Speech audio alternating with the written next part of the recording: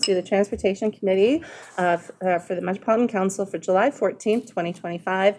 We're going to start off reading today the Dakota Land, Water, and People Acknowledgement. Because we change locations throughout the year, we do part of our time at Robert Street and part of our time at Haywood. This hasn't been done at Haywood. So we're going to go ahead and read the entire statement. The Metropolitan Council acknowledges that the land we currently call Minnesota, and specifically the 7-county region, is the ancestral homeland of the Dakota Oyate, who are present and active contributors to our thriving region.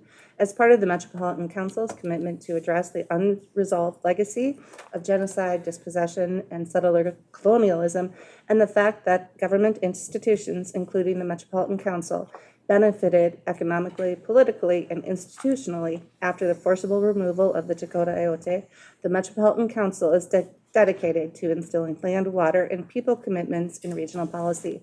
These commitments support the Dakota Oyate, the 11 federally recognized tribes in Minnesota, Ho-Chunk Nation, and American Indian communities representing over 150 diverse tribal nations that call the 7-county metro region home.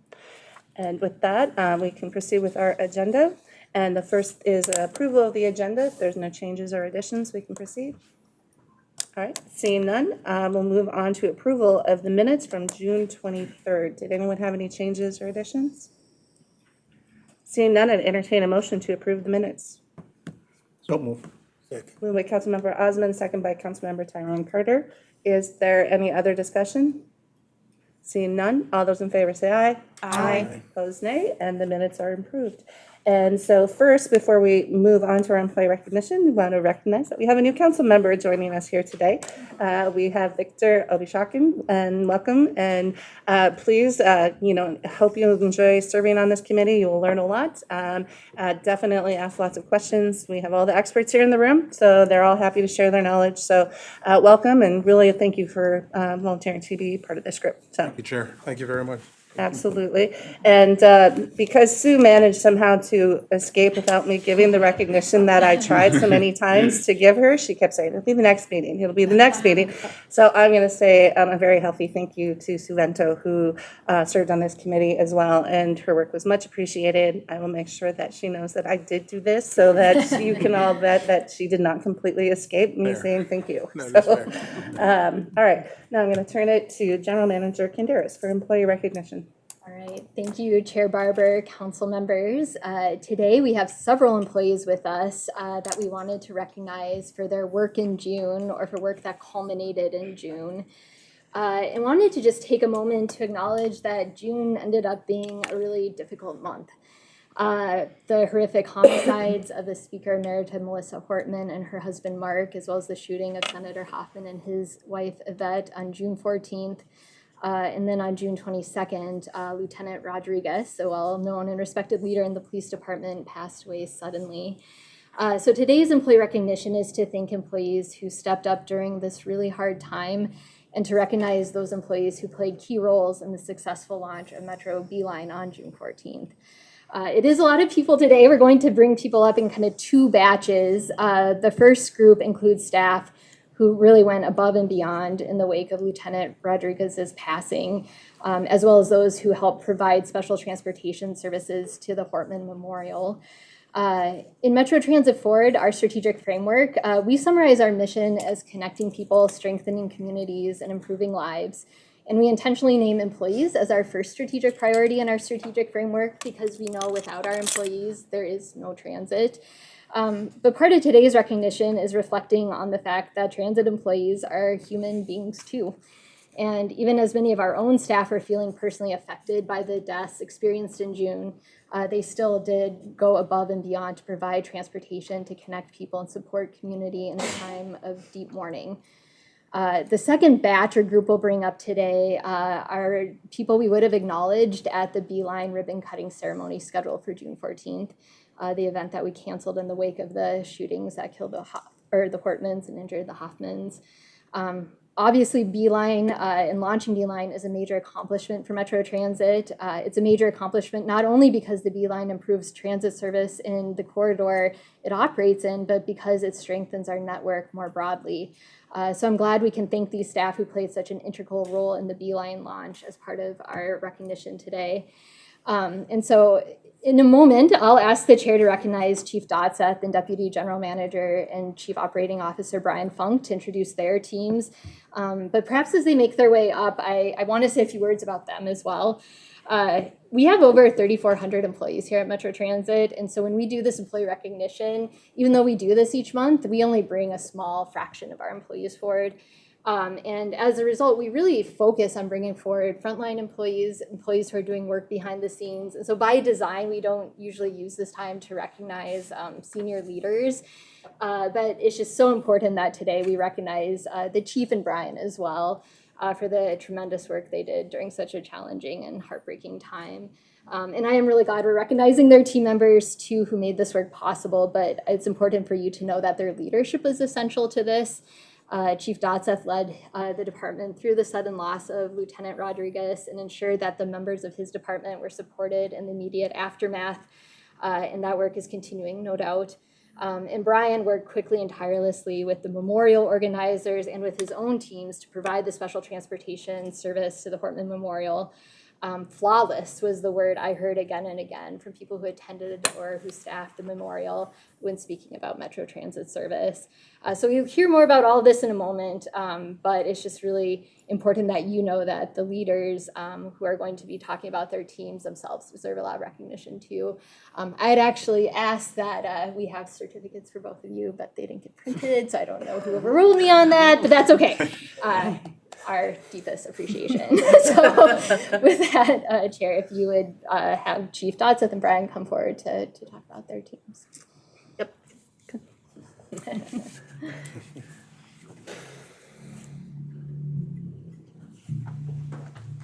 Good afternoon, Chair, Council members. I'm Joe Dotseth. I'm the Interim Chief of Police at Metro Transit. And today I'd like to recognize Captain Ahmed and Officer Peralta for their work after the sudden loss of Lieutenant Rodriguez. You know, as the interim chief and, providing stability and all the things that I'm trying to do for the organization, ensuring that I have strong leadership behind me to support the things that I need in the organization is extremely important for me. So all of the work that Captain Ahmed does on an everyday basis, I'm truly grateful for, and especially everything that happened after the sudden loss of Lieutenant Rodriguez. That goes without saying for Officer Peralta too. As some of you know, Officer Peralta has been recently, or actually bidded, right? He's assigned the downtown Minneapolis beat. So Officer Peralta, through his whole time here at Metro Transit, has gone above and beyond to represent the police department and the organization in such a powerful, impactful way. And his actions after the loss of Lieutenant Rodriguez, being the family liaison, working with the families, 18, 20 hours a day. They were really long days, but it was super important for us in just providing that stability to make sure that we were supporting Lieutenant Rodriguez's family, because that's really what that whole next week was about. So I'm really grateful, and thank you to the chair, General Manager Canderas, Brian, and all the council members for your support, and also just recognizing Captain Ahmed and Officer Peralta today.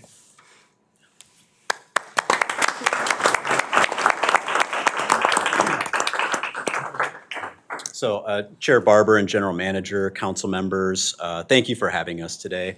I had assembled a little bit of a slideshow just to illustrate some of the actions that the teams in operations did on June 28th in light of the tragedy that occurred back on June 14th. And so we're an organization that really prides itself on stepping up when things are challenging, and I couldn't be more proud of the way that the team leaned in.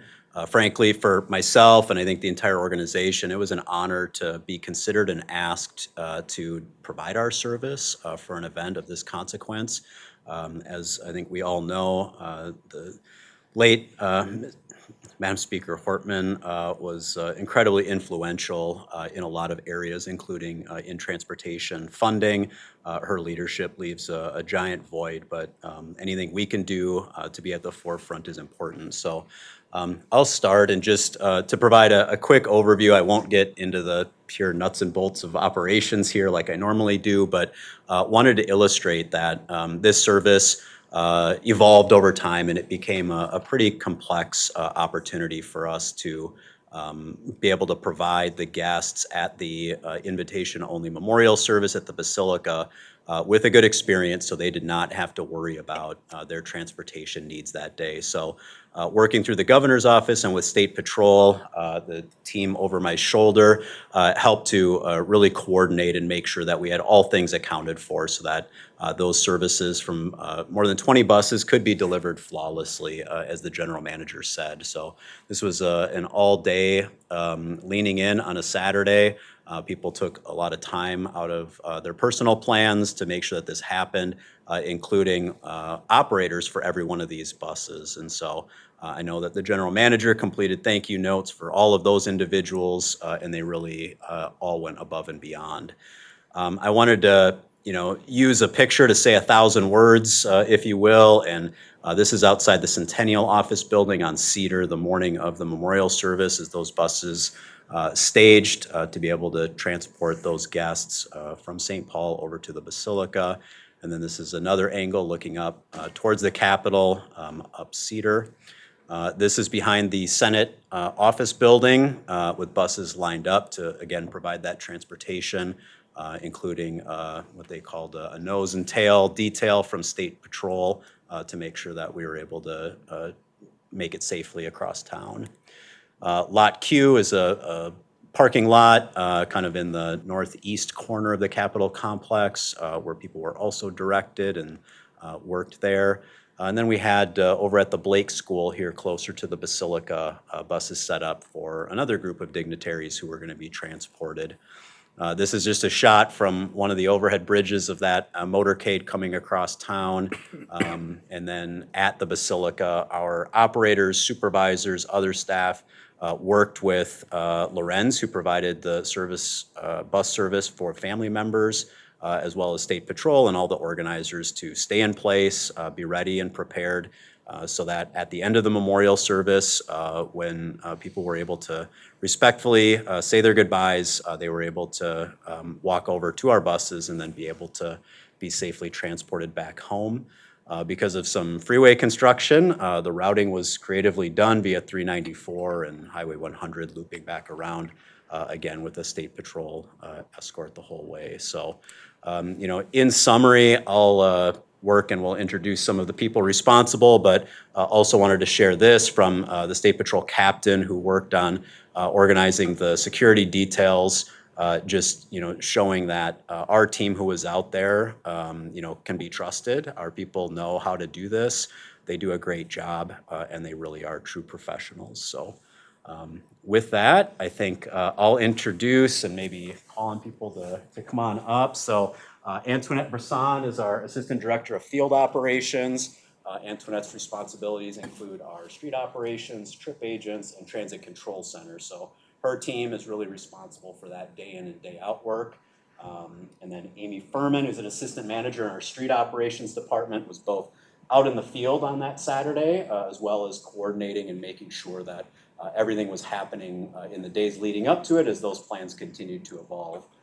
Nabil Khoury, who has a plaque here, couldn't be here. He's probably out running the bus replacement service right now during our construction on Green Line. But he was our IC or our in charge that day, served as primary point of contact for governor's office staff and State Patrol, and was the recipient of that note from the captain of State Patrol. In back, if you guys want to come out, John and Jeremiah. John DeMorin is our assistant director of bus maintenance, responsible for all the service garages. And it's a big enough thing for the organization to put 500 or more buses on the street multiple times a day, every day of the year. But then to have something like this come together with this detail on a weekend, they were all matching buses, just like we promised. Everything was spotless and clean, and people had a fantastic experience. That's John's teams out in all those garages, cleaning and prepping every single one of those buses to make sure that they were available with Jeremiah's help. He's our assistant director of technical services and is making sure that nothing goes wrong when they're out there and that we have a plan that's achievable. So in order to do that, it really just takes a lot of leadership, as Leslie started out the message, and I couldn't be more grateful for such a great team. So thank you all very much.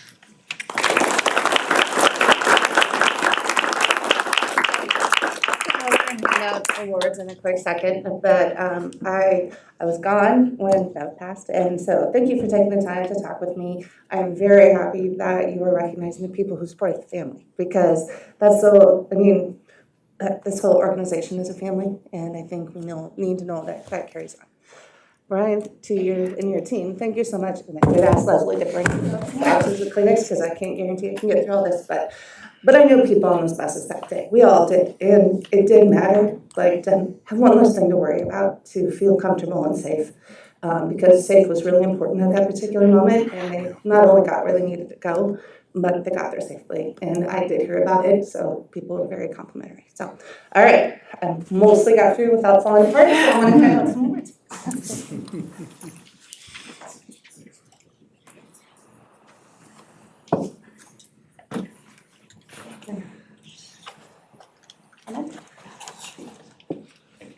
Thank you really for helping.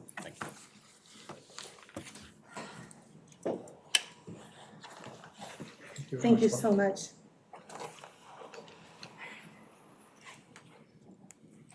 Thank you. Madame. Thank you. Thank you. Thank you. Thank you. Thank you so much.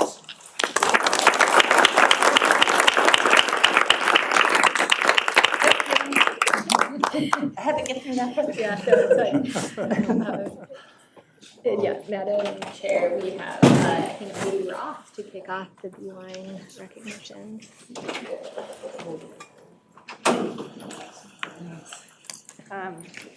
Thank you, Leslie. Good afternoon. Chair Barber, council members, it is an absolute honor to also be here today to recognize a portion of the Beeline team that worked so hard to deliver that line into operations on June 14th.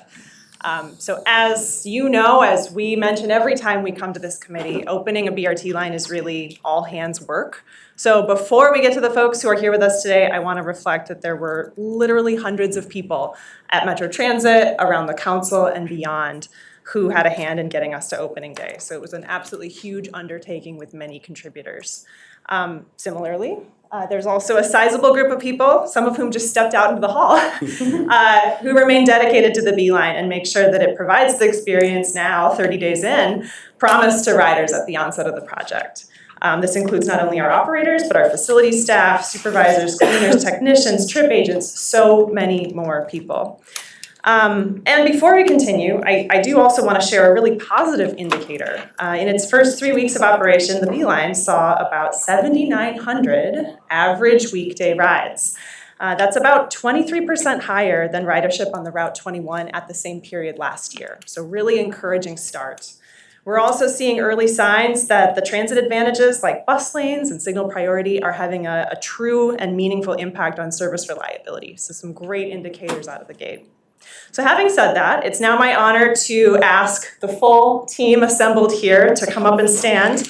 And I will introduce just 1/3 of this team here today, recognizing that we're a Beeline project team that spans multiple departments and areas in Metro Transit. All right. So, first off, it's my honor to introduce Frank Alarcon. Frank has served in a key and integral leadership role as the Beeline project manager since he joined Metro Transit in mid-2022. Since that time, he's logged nearly 3,400 hours now on the project, second only to one other person, our construction lead, being recognized here today. Frank led the project ably and calmly through the final stages of design, through construction procurement, finalizing key agreements with our partners, and keeping the project on scope, on schedule, and within budget throughout construction. Beyond his leadership of the team, Frank was also personally instrumental when it came to securing the site for the operator restroom at the end of the line, allowing the project to deliver an important facility for our employees operating the Beeline.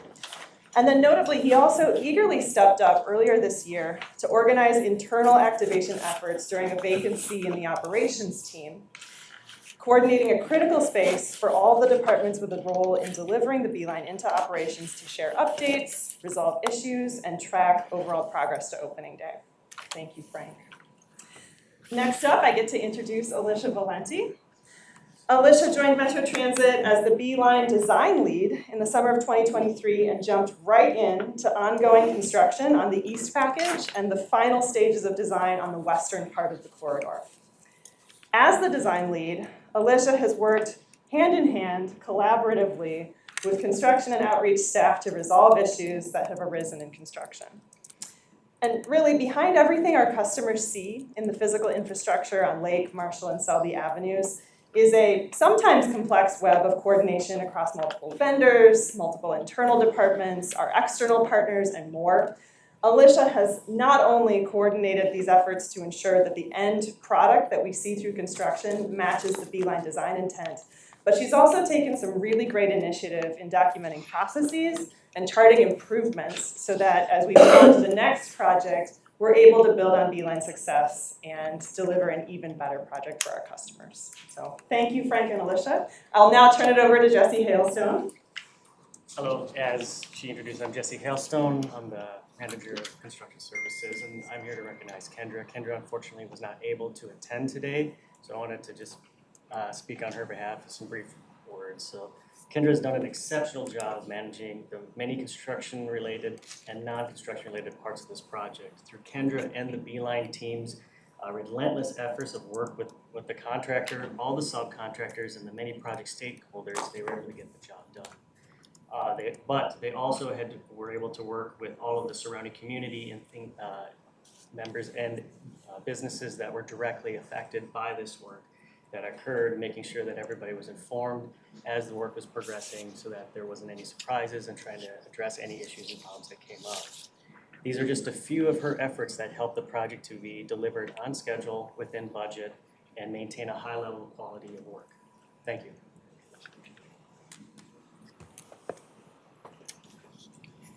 I'm Sophia Guinness. I'm the Director of Community Affairs, and I'm going to introduce two of my staff.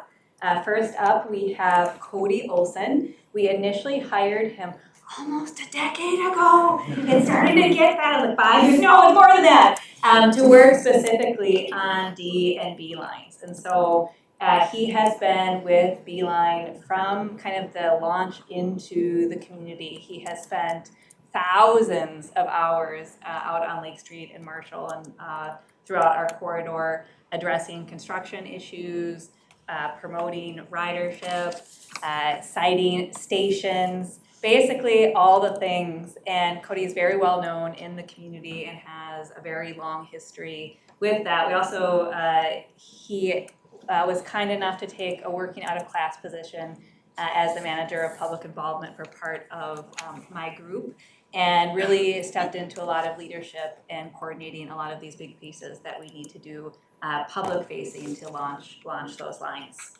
So many thanks to Cody. And then Sia Bell, we promoted her to outreach coordinator, and the first thing we assigned her was to open one of our most important lines in our system. So she jumped in right away and really launched some really important community engagement efforts, including contracting with community-based organizations that really promoted ridership and focused on targeting riders that did not speak English, so really reaching our Somali and Spanish-speaking communities in particular. We had a kind of open thing, really providing a lot of support, and that work continues. She also dove right into the community and really focused on preparing our communities for opening day, as well as doing a substantial amount of in-reach. So, and with that, I'll invite Maria up to introduce the last. Good afternoon, Chair and Council members. I'm Maria Cohen. I'm the Manager of Market Development, and I'm going to introduce Ange Olson. She is a Senior Market Development Specialist in our department. Ange's commitment to excellence and her contributions have made a significant impact on the success of the Beeline project.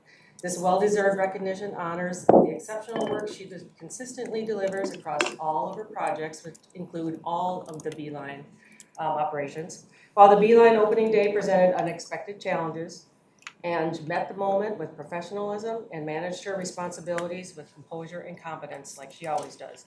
Ange is a true example of someone who sets a high standard through her hard work, leadership, and dedication, and the marketing division is very proud and honored that she's being recognized for her unwavering efforts to ensure that our customers are well informed and well prepared. You are appreciated, Ange.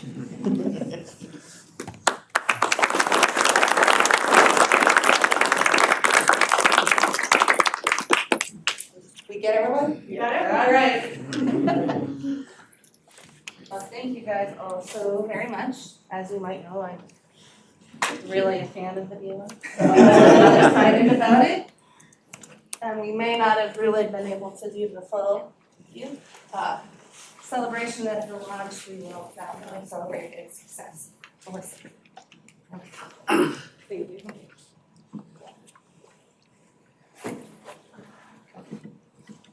Thank you.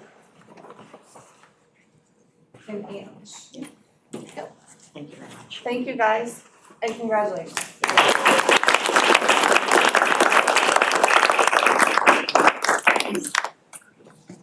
Can I have everyone come back for a photo, please? Thank you. And so, Councilmember Obitakin, this is one of the fun things we get to do, and it's my favorite part of this whole job. So yes, it's always recognizing the people who do good work. So. All right, now we'll move over to reports, and we're going to start with MTS Services Executive Director. Thank you, Madam Chair, and good afternoon, council members. A quick update, we have 4 things that we do as the Metropolitan Planning Organization with regard to transportation. All of them are guided by one of those things, which is our Transportation Public Engagement Plan. The rest have processes that are ongoing right now. So you've seen public comment period emails. I wanted to just quickly round up the other 3 big things that we do in our role as the MPO. Elsewhere tonight, we'll hear about our role as a transit operator and our role as a funding allocator, but this is really about our federal Metropolitan Planning Organization role. As you know, as you approved, we're currently accepting comments on our transportation policy plan amendment that would bring in the Gold Line extension and the amendments to the Blue Line corridor. That comment period ends on August 24th before it comes to the council for approval later in the fall. We also have just wrapped up the comment period on our transportation improvement program.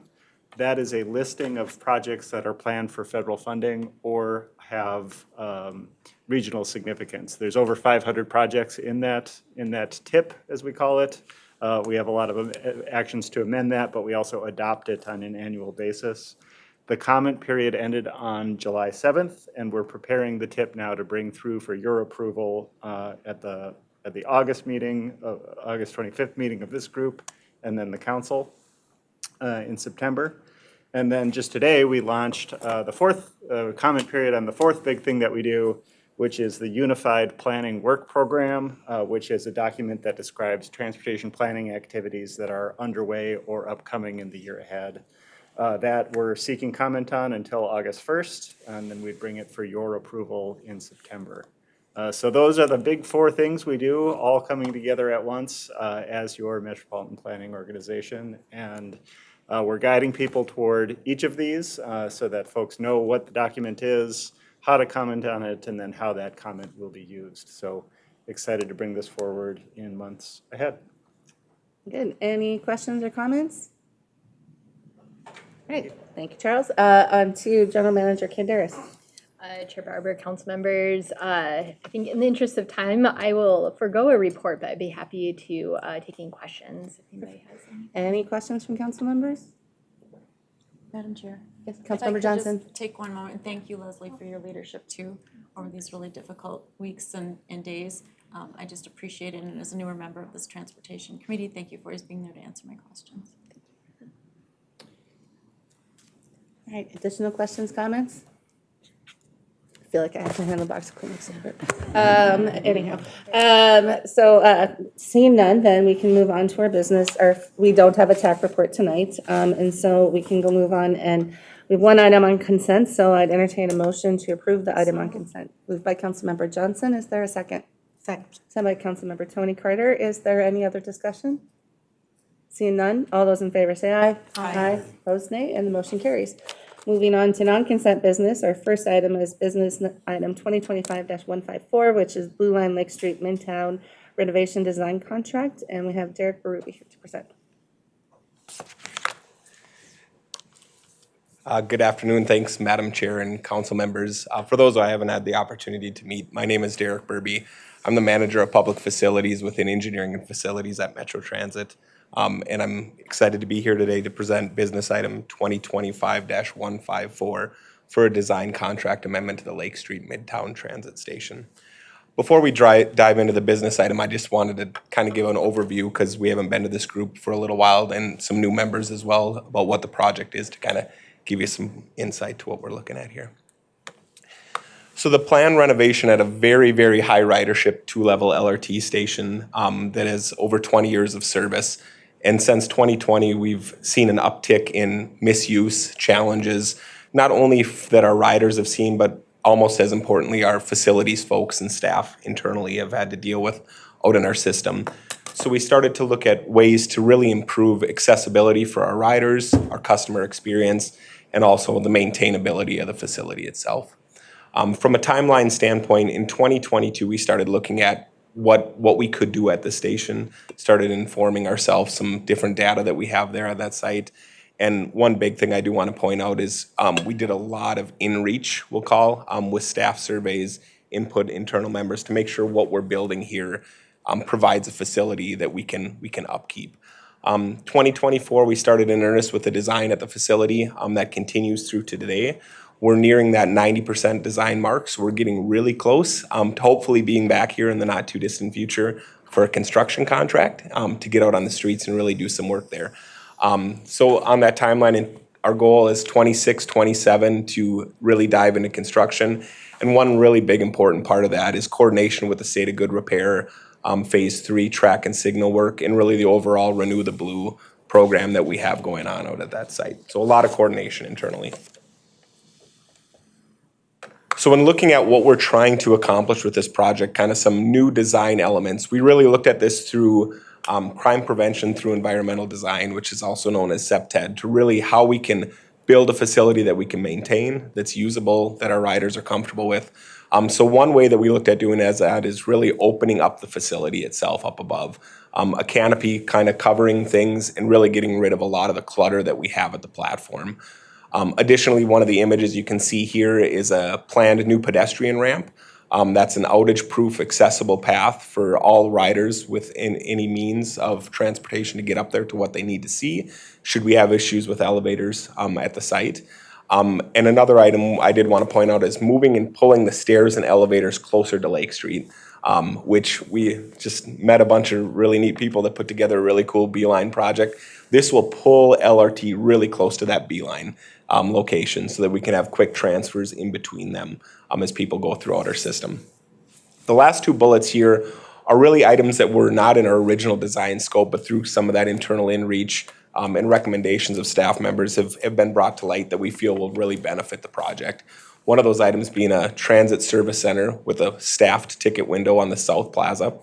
And then additionally, a significant operational back of house space and a secure yard for our transportation folks in LRT. Right now, there's no enclosed areas, there's no restrooms, there's no areas for our internal staff to use down there. So we plan to attack that with this project. As mentioned, through design issue resolution internally, we've looked at items that were outside of that original scope in addition to what I mentioned before. We've also decided to take into account some additional catenary work, coordination with other rail projects, as well as some adjustments to the bridge piers. Now, part of that was due to an unforeseen mitigation of a MnDOT facility at the site on the north side of Lake Street that we weren't aware was there when we dove into this project. It's amazing what you uncover in a very urban environment when you go underground. So that's another item that has added additional time and cost to the design itself. So lastly, I'll hop to the business item. The business item 2025 is that the council authorize the regional administrator to execute an amendment to contract 23P050 with Formula Architects for design and construction support services in an amount not to exceed $1,245,107.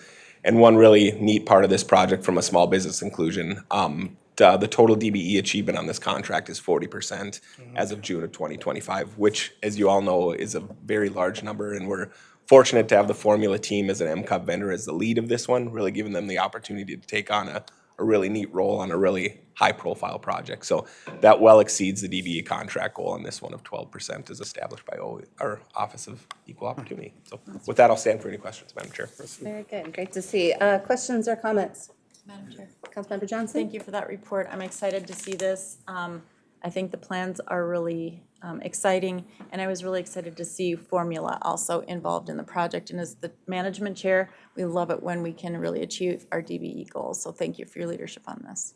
Thanks, Madam Chair. Councilmember Tyrone Carter. Yeah, and I just want to say kudos and congratulations on the project, and also really happy about your DBE achievement of 40%. Thank you. Additional questions, comments? It's beautiful. It's beautiful. I know, Yeah. it is beautiful, and that is my comment, is this is such a much needed improvement, and we know it, and both from how the public will interact with it, I love that it connects better to the blue line, or to the B line. You know, all of that is just, it's really good, and we're looking forward to when you're coming back to bring the construction agreement. All right, a final call. Any questions, comments? Seeing none, then I'd entertain a motion to approve business item 2025-154. So move. Moved by Councilmember Osman, seconded by Councilmember Ovechkin. All right, and now, any other discussion?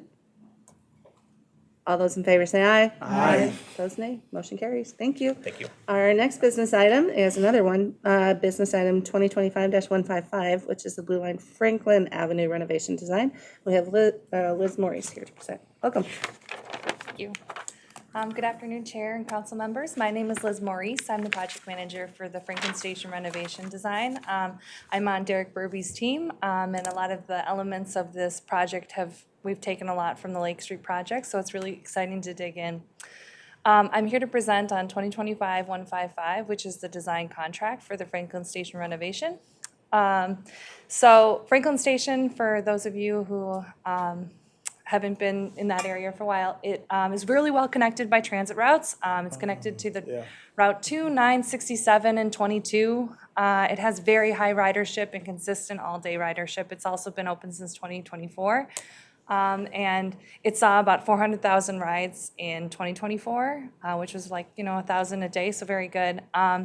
This area also has a lot of first and last mile activity with e-scooters and e-bikes. In 2023, the City of Minneapolis data showed that in the station area, there were 24,000 stops and starts with those, which is incredible for the region. It's one of the highest uses in the area. This is also right over Franklin Avenue, which is the American Indian Cultural District by the City of Minneapolis. So really important and valuable neighborhood in the community. Some of the goals of this project are to improve accessibility. The station is grade separated, and similar to other grade separated stations, we've had a lot of elevator outages and difficulty for people who need accessibility. It's to improve customer experience, including the feelings of safety and the experience for transit riders accessing the station, reducing daily maintenance needs. The worn-out components on the station cause a lot of extra maintenance needs. There's more than one visit, oftentimes cleaning at the station daily.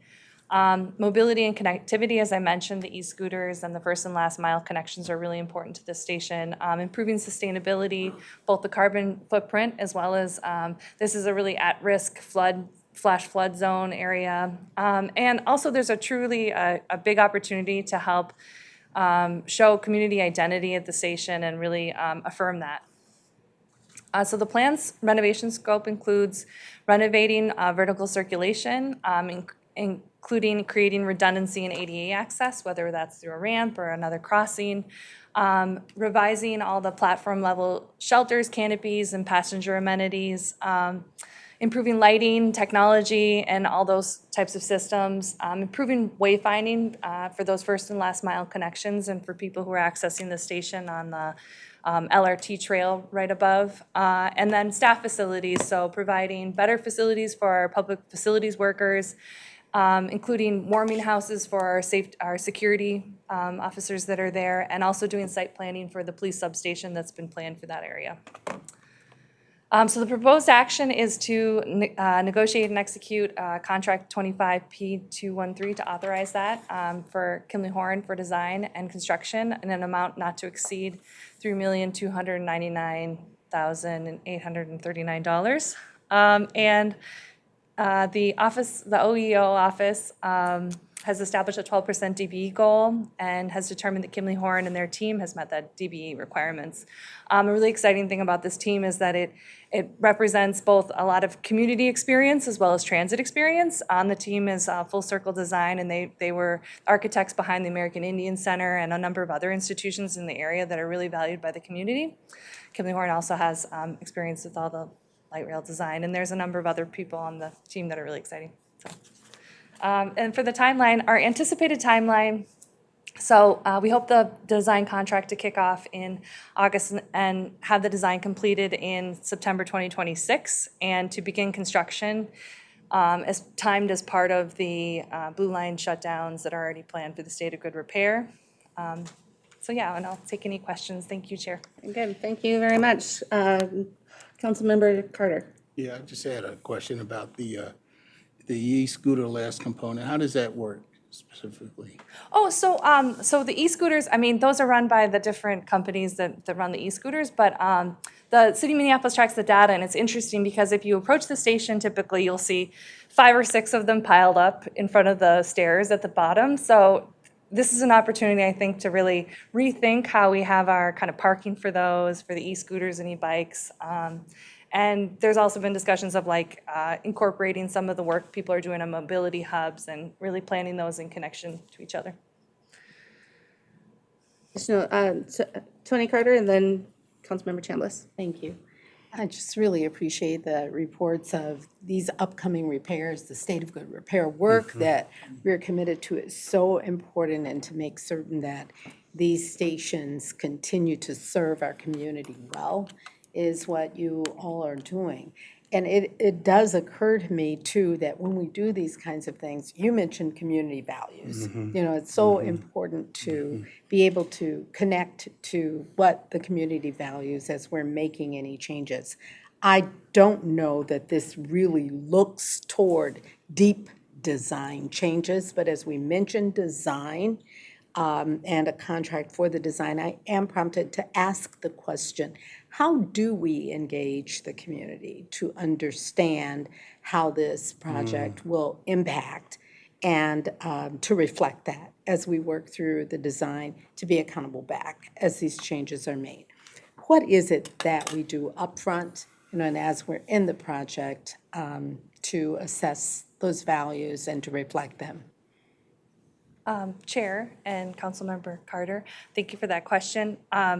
Actually, I can report today that I just came to this meeting from the American Indian Advisory Council through the Met Council, and we've been reporting regularly to them about our activities, and it's really cool and exciting to see the sort of input folks have, because that group is really well embedded in the community. And we have that connection, our project has that connection through Allison Wakau, who's the tribal liaison, and it's been just a really great opportunity to sort of build on those relationships and a lot of the work we're already starting. I would say the same thing about Sophia Guinness, who's here, the team that she's built in community relations and sort of thinking strategically through what parts of engagement should be done by our staff, what parts should be done by a design consultant, and what parts should be done by maybe contracts with the community or other outreach partnerships. So I think it's very important for this whole process to be in step, and I think that this design contract has the opportunity to really meet some of those needs that people have already identified and really kind of expand on some of those ideas. And then some things will be out of the scope of this project, and there's opportunities to continue to like leverage the project to do more, I think, with the rest of the community. So. Thank you for reflecting on that, if I might. Go ahead, Councilmember Carter. It's just really good to hear and to have it repeated that we're engaging before and also during the project to ensure that we're staying connected to and reflecting the community's values. Thank you so much. Councilmember Chambliss. Thank you for the presentation. I know there's a lot of anticipation about the improvements at this station, especially in terms of safety and security. As you mentioned, Allison Waka is very engaged with communities, including the neighborhoods around that area. And I did meet with Red Lake Indian leaders as well as the Minnesota Advisory Council that specifically targeted this station for improvements for safety and especially for the children that are nearby those areas. So I have and I'm glad to see that the safety improvements are going to be including a police substation so that they'll be right there on the ground supporting safety in that area. And there are trails nearby, correct? So I think having that substation near the trails will allow people to, get access, help with the wayfinding, and also be safe in those facilities. So I'll be looking forward to seeing the design details. I know you categorize the different areas that for improvement, but before we get to the design completion in 2026, I'm sure we'll get an update of what the design plans are and what the process is along the way. So thank you so much. Councilmember Johnson? Thank you, Madam Chair. And thank you again for the presentation. And kind of just echoing what's already been said, first of all, I need to get back out on the line and go for a ride. It's been a while, and that was very informative because you hear from a lot of different perspectives from the Metro Transit team. Yeah. And I think that's very important. So it's really about community, but it's also about our team and their experience while they're doing their great work. And I'm just wondering too, and it's not to go into a deep reply today, and I'm happy to take it offline, and it's been a while since I've been out there, admittedly. So can we work with Hennepin County as it relates to their needle exchange program? Because one of the things that I noticed out there, and again, we're serving clients that are throughout our communities, right?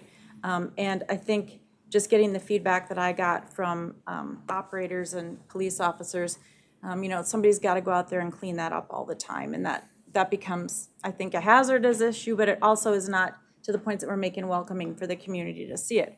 But it's a reality. So I just found it, and again, appreciate that Hennepin does this, but there was a little box far, far away on a fence where people were supposed to put the needles. Well, you could have filled it up 100 times, I think, and it's not located. So I don't know how to solve for that, and maybe it's already been rectified, certainly coming through COVID and things that we're doing, like our trip agents and our, great work that we're doing around safety, but if there's something too that we're doing that can specifically either through the architectural design phase and how people interact and places for those items to be disposed of safely, because that was just a glaring moment for me too, where I'm like, man, this is just impacting everybody in one way or another. So just something that I thought I want to get back out on the line and so I can better serve here, but also that was one of the items that I think stuck with me for a long time.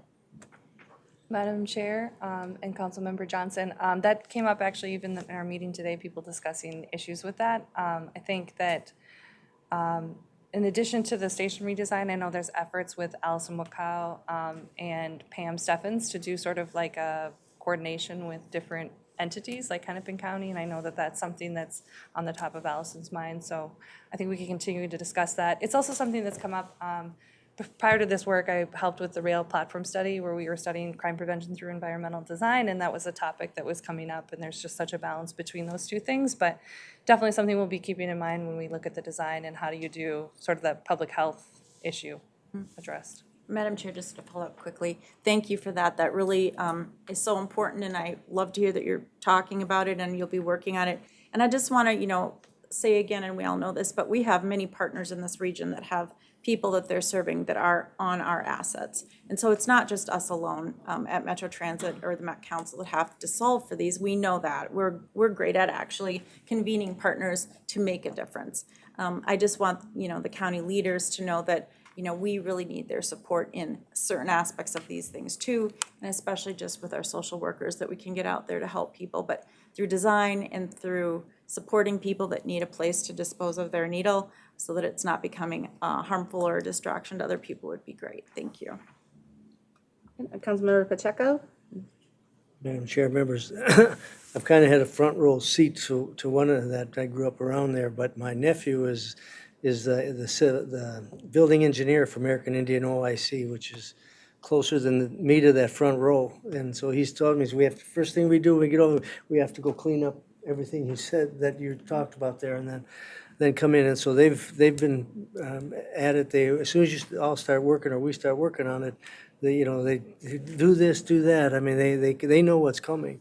And the other thing is, not everyone's done the outreach well.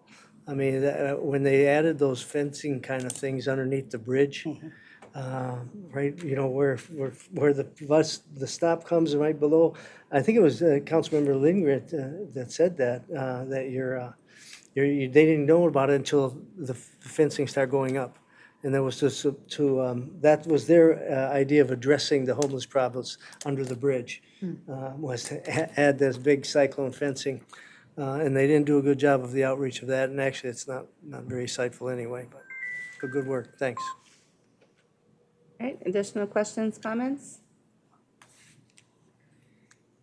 All right, seeing none, and then I entertain a motion to approve business item 2025-155. Motion to approve. Moved by Councilmember Chambliss and seconded by Councilmember Obi-Toppin. All right, thank you. All right, on to our third business item. Huh? Oh, sorry, I flipped the page over, so then I forgot.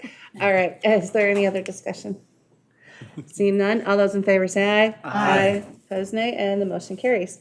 We're on to business item 2025-171, which is the free regular route rides for certified Metro Mobility customers, and we have John Harper here. All right, thank you. Good afternoon, Madam Chair and committee members. John Harper, Manager of Contracted Transit Service in MTS. Gonna pinch hit on this business item for my boss, Terry Sutton, who didn't want to come through traffic all the way from St. Paul. And I've got the next item too, so I said I would take care of this one. Let me take one step back for our new committee member and to refresh for the committee members here about what, as I call it, first floor MTS does. Executive Director Carlson talked about the planning, the MPO function of MTS. The other function of MTS is to operate some of the Met Council's transit service under contract with private companies. So other than the North Star Rail, everything else that we do under contract for transit service comes through MTS. And we have a number of different programs. I'm going to start by talking about our Metro Mobility program, which is not directly in my work area, but in the different work unit. And then, so Metro Mobility is our biggest program by far. We have another set of programs, including 10% of the Met Council's fixed route bus or regular route bus is operated under contract. We've got a general public dial-a-ride program called Transit Link. We've got a micro transit program called Metro Micro. We've got a van pool program, Metro Van Pool, and a human service program called Metro Move. So the programs that are not Metro Mobility fall within my work unit. But let me start out with the item here for Metro Mobility. And this item is free regular route rides for certified Metro Mobility customers. The 2023 Transportation Omnibus Bill established a free fare pilot program for certified Metro Mobility riders using regular route service. That began July 1st, 2023, lasted through December 31st of 2024. Ridership on the regular route by Metro Mobility certified riders increased steadily during that time frame. Nearly 75,000 rides were taken on regular route by Metro Mobility customers during that time.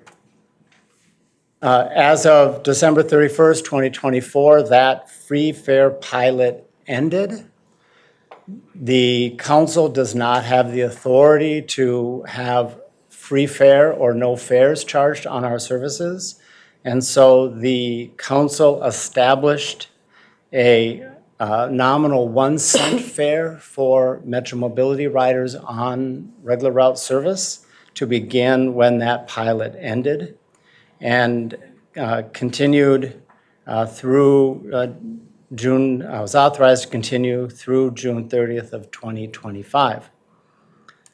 In the governor's state budget for 2025, there was an item for reinstatement of the free rides for on regular route for Metro Mobility certified customers, and that made its way into the transportation omnibus bill, which then included that provision, which was signed into law effective June 14th, 2025. And at that time, fare collection systems for the Met Council service and other regional providers was updated to reflect that state law. The purpose of the business item I'm bringing before you today is to marry the Met Council policy with the state law, and just to really just a housekeeping item, frankly, to make sure that we're in sync. So the proposed action that I'm bringing before you today is that the Metropolitan Council establish free fares on regional regular route services for certified Metro Mobility customers retroactive to June 14th, 2025, as directed by the legislature. Okay. And I'm happy to take questions that you may have.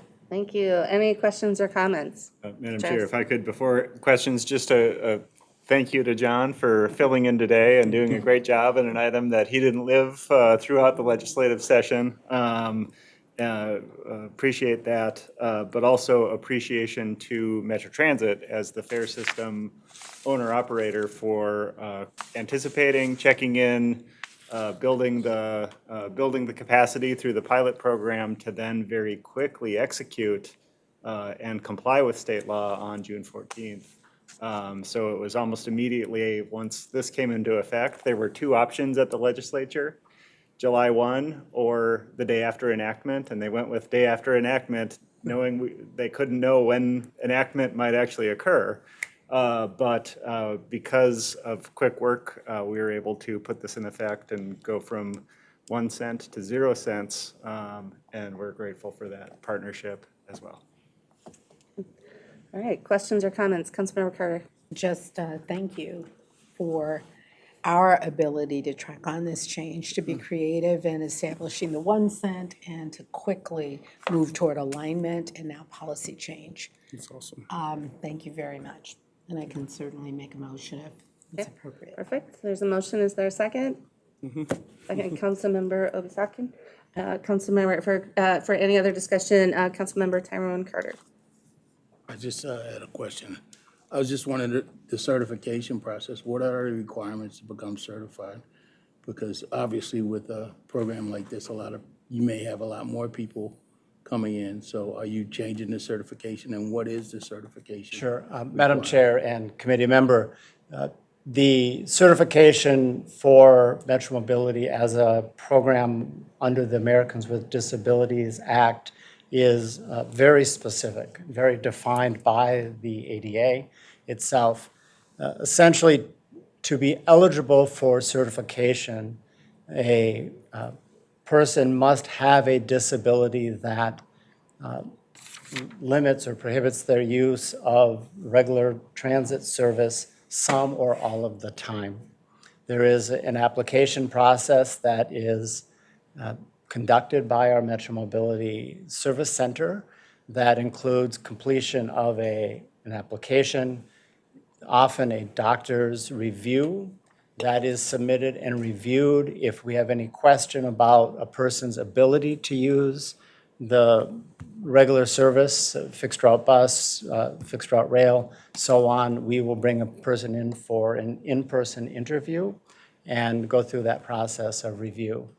And so I'll restate here that the certification is based on a person's ability to use the regular system that's in place. And so limitations, for example, if I have dementia, for example, and I was to walk out my door and end up who knows where, I would be eligible. If I am in a wheelchair and in the winter in Minnesota in a wheelchair, it's hard to get around, hard to get to transit stops, so on, I would be eligible. Those are the kinds of things, but it's a very specific process and a very specific set of criteria that we use to do that. It's not just someone who says, hey, I can't use the service. It's a very formal process. I hope that answered the question. Okay. All right, additional questions, Councilmember Osman. Yeah, well, thank you very much. Really appreciate to bring this business item, although it's not yours, but I'm just wondering, and if you don't know the answer right now, it's okay, maybe we get later on. How many people use these services on yearly basis? Sorry, Madam Chair and committee member, how many people use Metro Mobility or how many are making use of this? Yeah. Madam Chair and committee member, Metro Mobility delivers about 2.2 million trips a year.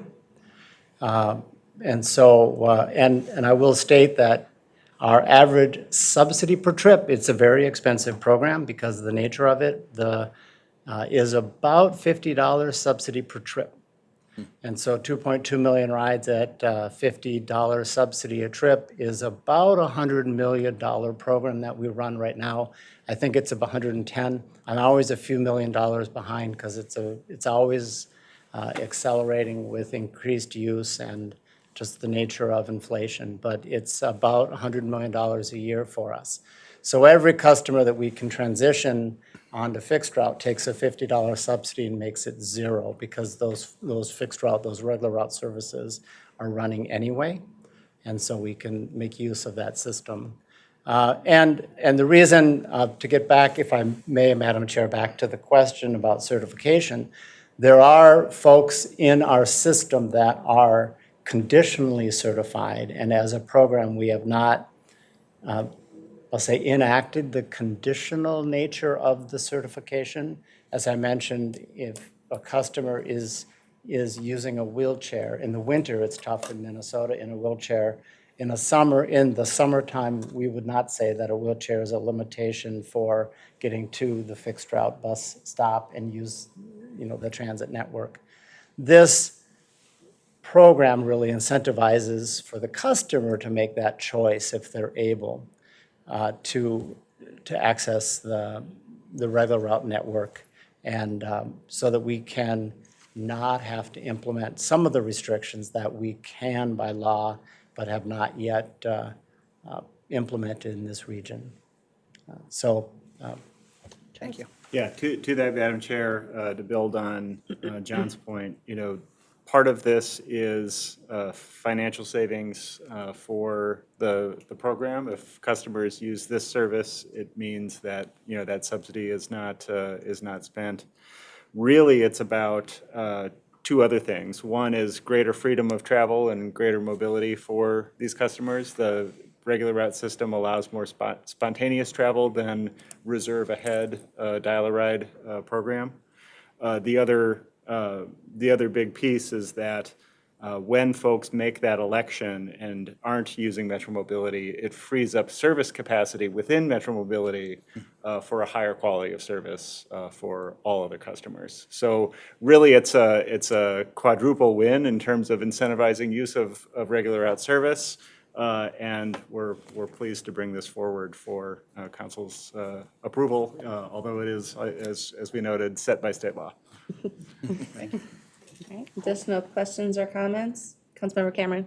Yeah, I have a couple of questions.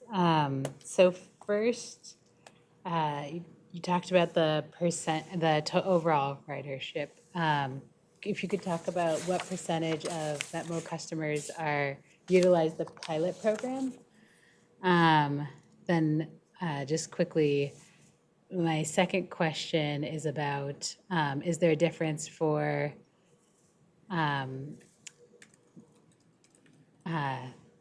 so, there's, in Metmo, there's the ADA and non-ADA compliant regions. Is there any impact that's carried over with this in terms of routes of service?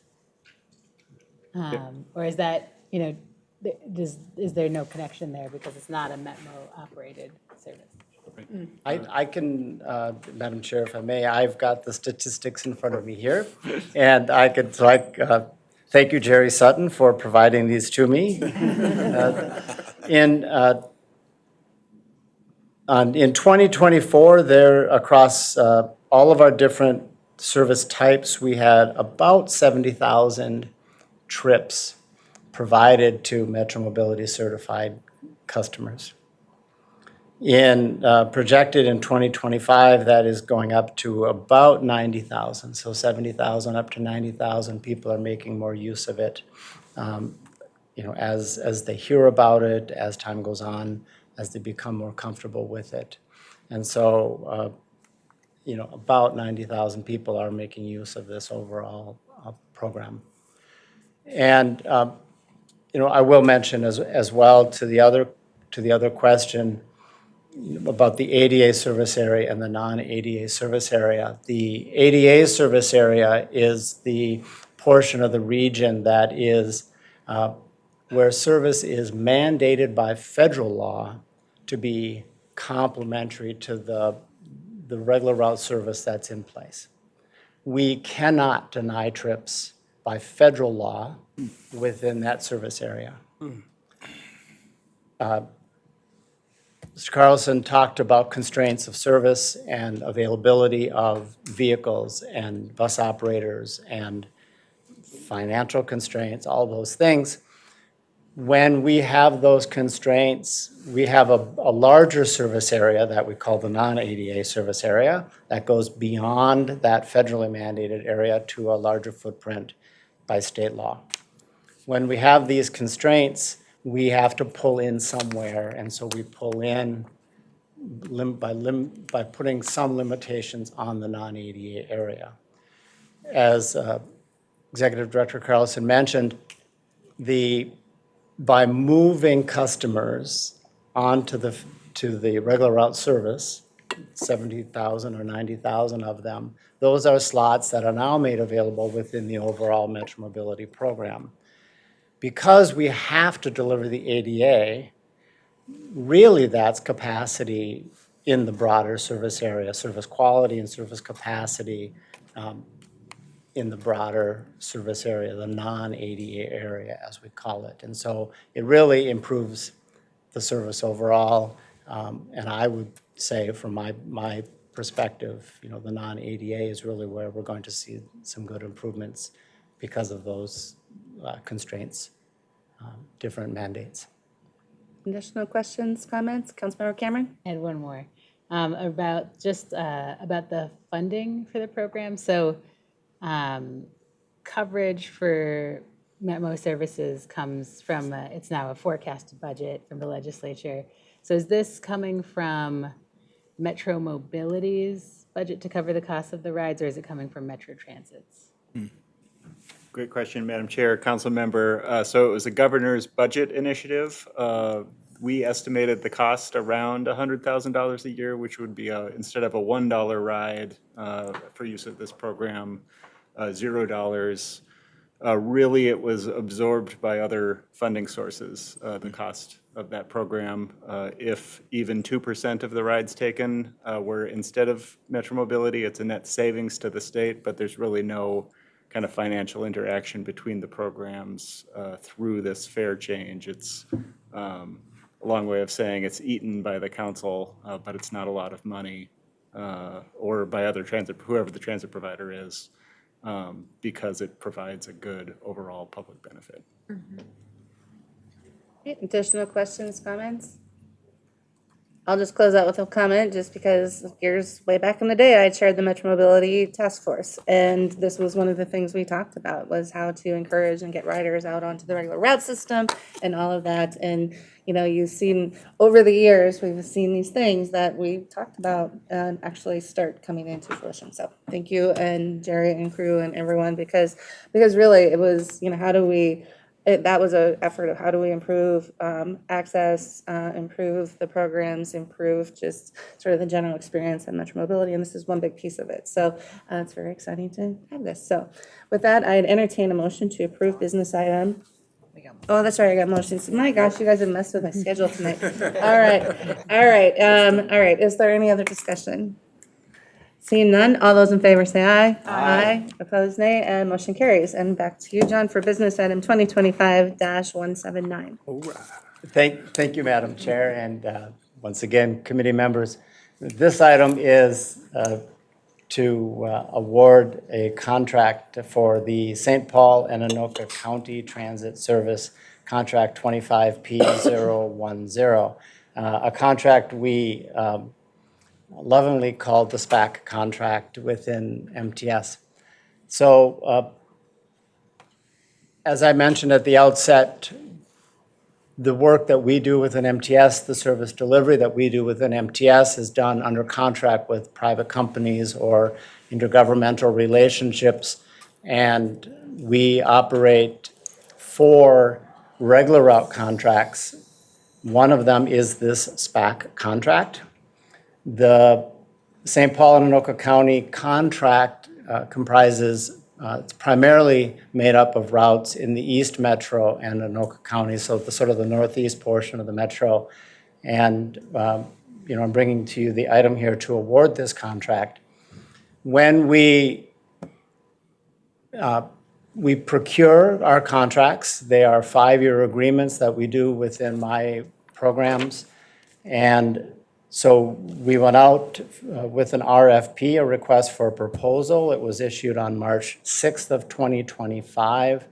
We had a pre-proposal meeting, and it was hosted by procurement and MTS staff.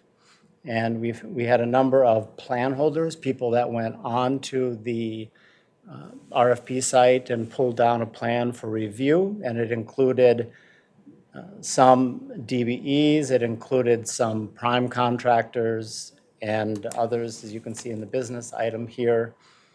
We received a single proposal, and that proposal was by the incumbent Transdev.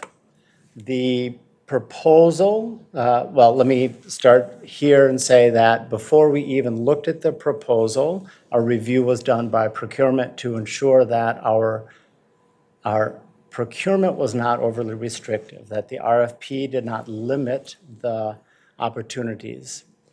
It is a very limited market. Transit providers is a limited market, and we've talked in this committee a few times. I believe Sheila Williams was before you a couple of meetings ago talking about a transit link contract and talking about some of these similar things. It's a limited group of folks, to be frank about it, and this procurement does a review to ensure we're not overly restrictive. Once procurement does that review and determined that it was not restrictive, we then proceeded with the review. We reviewed a group of 5, including MTS and Metro Transit Service Development staff, reviewed the proposal and determined that the Transdev proposal was responsive and responsible and of good value to the Met Council. And so we are recommending award. There is a DBE goal of 2%. And that goal is being met by Transdev and will be met by Transdev within this new contract structure. And so the proposed action for you based on all of that is that the Metropolitan Council authorize the regional administrator to negotiate and execute contract 25P010 with Transdev North America for regular route service under the St. Paul and Anoka County contract in an amount not to exceed $56,200,000. Happy to take questions. Thank you. Questions? Councilmember Chambliss. Yeah, thanks for the presentation, John. I was curious about a couple of things. You mentioned that the staff checked to make sure that the process of selection was not restrictive or keeping anyone out that should be considered. And then also that there was an evaluation panel to look at the qualifications, service, etc. So what was the trigger for the evaluation panel? And is there anything new in terms of evaluating the level of the specifications and the restrictive element? Is that something that's always done? So that's one. And then what was the trigger for the evaluation panel? Does that always happen, or it looks like we have Jody coming up? Yes, well, I'll start and you can jump in, Jody, as appropriate here. I will say that when we do a procurement of this size, there's always an evaluation panel, and it's an evaluation panel of at least 5 members. There were 5 members on this panel. Depending upon the service and availability of folks around the region, we absolutely go outside of MTS. As I mentioned, we had a service development planner on that panel. We often will go to our county friends, MnDOT friends, to have them add as well. We like to mix it up. Every panel has different membership because we don't want the same people making the same decisions each time. We want different people making decisions so that we can have a well-rounded review. I will mention that, and Jody, you can correct me here if I misstate any of this, that the review specifically about restrictiveness happens when you have a single proposer. When you go out with that RFP, it was on the street for 40 days or more, which meets our criteria for being open to proposers' review and time frame. When you get a single proposal, then procurement does that review to ensure.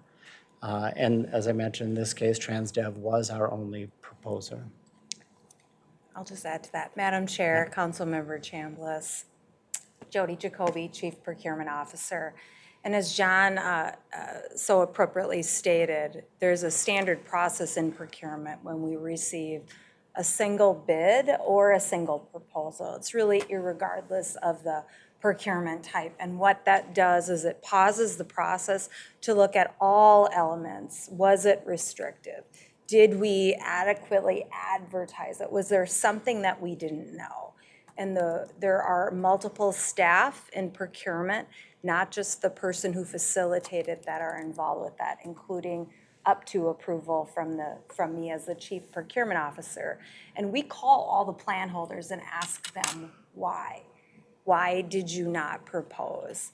And with this specific situation, it was really just workload and capacity. There was nothing revealed in those conversations. And again, in looking at the specifications that made us believe that it was time to go back out to the market. It was a very unique situation because it's a large contract, but there was nothing that revealed that if we went back out with a new solicitation, that we would get a different response. Additionally, John talked about the evaluation panel. As price is one of the consideration, including quality and qualifications and experience. There is a panel with multiple different stakeholders representing different perspectives. And we do look at if there's any bias with some of the same participants on this evaluation panel in making sure that it's unique voices. So as John also mentioned, it's not just MTS staff, because that's really one voice reporting up to their general manager, Charles Carlson. It's multiple voices looking at the most advantageous proposal and advantageous offer to the council. Additionally, we have a financial analysis to look at the financial solidity of the proposer. I would be happy to answer any more questions if you have them on the process. Councilmember Johnson? Thank you, Madam Chair. So TransDev. Oh, I'm sorry. No, go ahead. Okay. TransDev is, I think it is private equity. I think they're a French firm that has come in and they have TransDev North America. And from what I understand is they have acquired bus companies here like First Service that used to run Plymouth's service. So I'll be asking a little bit about private equity and my other role in management coming into a marketplace doing things that may be great, but also if they're expanding and growing, which they are proudly doing that in the United States and becoming a big player in transportation services, but they're picking off these smaller firms through acquisition, how do we manage against that? Because that may impact just the number of firms that are applying in the first place. So certainly First Service, who was acquired in 2023, can't apply. I'd be curious to know what other ones they may have picked off in the state of Minnesota. And yeah, I'm using that term flippantly, let's be honest. Good for them, but also trying to take it a couple layers deeper, because as more and more of these firms continue to grow and buy up, acquire, absorb some of the firms that we've been using and have good relationships for a long time, a few things can happen. One, the character of what that firm was that acquired can change greatly. It may impact some of our expectations that we had that were reliable as it related to DBE or transit services. You know, normally they'll bring all those employees over, but not always, right? Those employees might go somewhere else. So it's not to be answered for today, but that is a concern of mine, considering the size of this contract, the size that there was only one applicant that met the criteria, where in the past, I would certainly assume that there were more. So I'm a little uncomfortable with this, to be perfectly honest, but if you've done your due diligence, and I know you do, and Jody, you're great, but you know, we also have to deal with the reality of what the marketplace is and still provide opportunities, but to me, it's a red flag. And I've brought this up as it relates to housing, I've brought this up as it relates to small business. I've even brought this up recently with people that understand the private equity space pretty well. And I mentioned, I think it was at our last management committee meeting, when we're trying to get DBE providers to come into a space, and there are government contracts, and I can have this conversation offline too, but government contracts may actually work against DBEs in the future if there's private equity out there looking to acquire them. So I just want to understand the lay of the land here, as we're putting a 5-year contract in place on a not to exceed, you know, a $56 essentially $1 million, and there's no way to go back to market. I know we want long-term solutions. We don't want to jump around every year on this, but this concerns me. I don't know what it does to our, you know, well, certainly they're not our operators, but also in this marketplace, you know, we are the largest suburban transit provider, even though people might not know that. Charles teaches me that often, but you know, we're also now competing, you know, for work, you know, in the same space as others who are providers. So I'm just raising this, that maybe somebody can take me off and chat more about it, but it is a concern to me. And Madam Chair, Councilmember Johnson, that is one of the things that we look at with the adequate competition. Where did we advertise? And what we've recognized is the pool is smaller with the providers locally. And so my team is looking at more of a national advertisement with APTA, with mass transit, and some other platforms to at least give the awareness and the opportunity to some national firms that may be able to at least look at the specifications, look at the RFP, and make that determination based on awareness. I can speak to that from the process of a learning and then looking at our capacity, what staff are doing to make sure that we get robust competition and we have a number of proposals to make the best decision.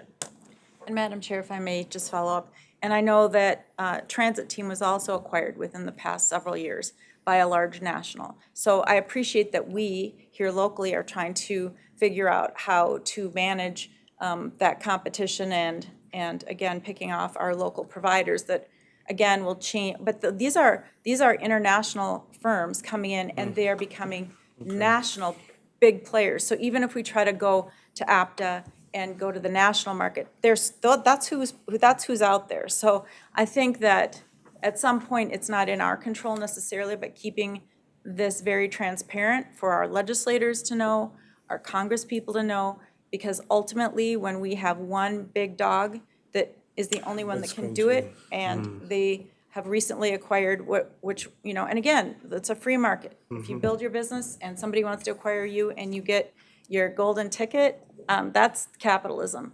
But we are in charge of public dollars, and we are in charge of a marketplace that I see that pool of opportunity for a diverse set of contractors diminishing, and how that then impacts our DBE goals. So I don't really feel comfortable voting for this. However, I will, because I think we're up against a timeline, I'm assuming here, but this to me is something that we have to dig deeper on. It goes beyond going out of Minnesota to see who else is out there. I mean, I would hope that at APTA or these conferences that are held, that others are experiencing the same problem, and how maybe can we pull together to combine some energy around our concerns and see if there's others out there to get Congress involved. So that is all I'm saying. Thank you. Makes sense. Thank you. Councilmember Chambliss. Just wanted to say I appreciate you, Judy, for bringing that to our attention. But in the last thing that you said, for hopefully somebody will bring it to the legislators and Congress. These are challenges that we're dealing with locally, and the transparency and the awareness is important, especially for policymakers. So Madam Chair, if I may, to talk a little bit to the committee, various questions here. Want to say one additional item related to specifically to this procurement, and really generally about all the procurements that we do within MTS. There is federal money involved in the procurement, in the funding of the service, and so the approach we take is very prescribed. It's always prescribed, but even more so because there's federal money. We have to be agnostic about whether the vendor is local or national or international. We must be looking at, there is no local preference. We are federal clauses and a very open procurement process. If there's only one proposer, we've had that discussion a little bit here. So I just want to mention that also as it relates to how we do business. To talk very briefly about the Transdev, I believe that yes, that it is an international company. I believe it's based in France.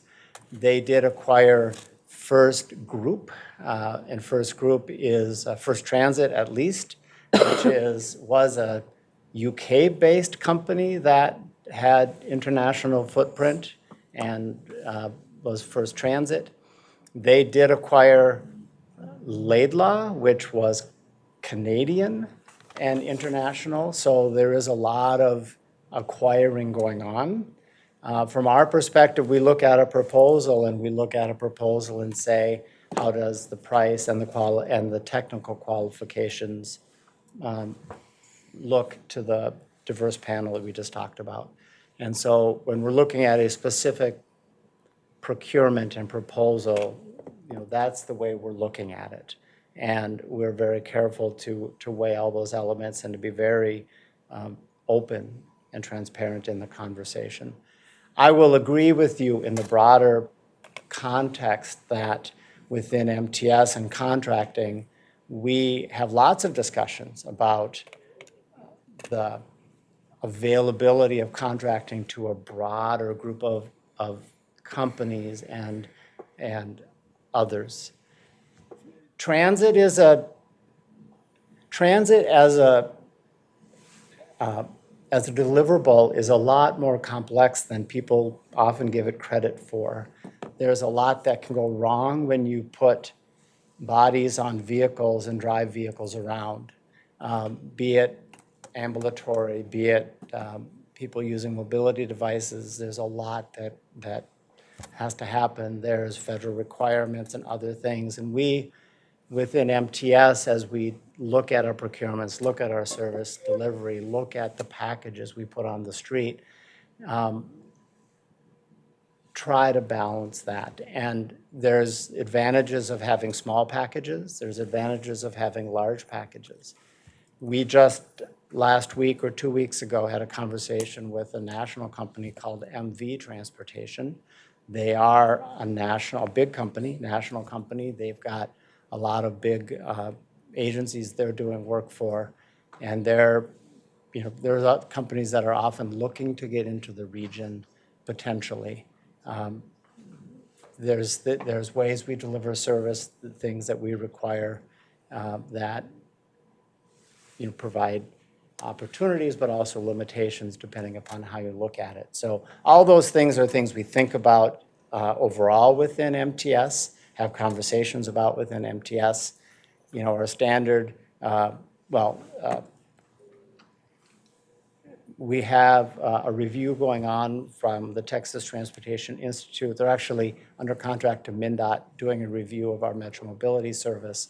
They're coming back with some recommendations for some things we could look at for ways to deliver service maybe differently as well. And so we're always looking at these opportunities. Because there's a lot of risk and a lot of expertise necessary to deliver people around. You know, if you have a vehicle with some boxes in it and the vehicle crashes, well, your Amazon delivery might come tomorrow or next week instead of today. If you put 30 people on a bus and you crash the bus, that's a whole different conversation. And so we're just very aware of that. And so I'm just saying that all of that is the framework in which we look. That's why we have multiple contracts for these various services so that we have opportunities. We have Schmidt & Sons as a local company that is one of our vendors today. For now. Transit team, Schmidt, we have a very good relationship with Schmidt. But I understand your point. And anyway, so all of that I'm just saying is the context, the framework within which we view things within MTS. And we bring, packages before you individually, but we are looking at our deliverables as a whole all the time. Madam Chair. That's Thank Member you. Johnson. I took you in a rabbit hole, and I'm sorry, but it was important, I think, for you to help us to understand the totality of your process. Absolutely. And I would like to learn more, so thank you. Absolutely. Happy to talk about it at any time. Councilmember Cameron? Moving kind of away from the procurement discussion to contracting. So on this, when we revisit these multi-year regular route services, what are we optimizing? What have we optimized since the last time we did this bid? And what shifts have happened? And then second to that, well, actually, I'll just ask that.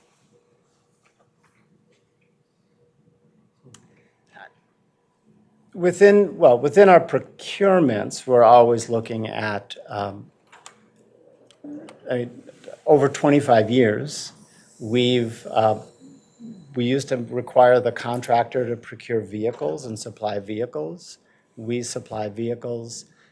We have placed minimum wage requirements in the contract, both for bus operators, reservationists if we're in a demand response mode.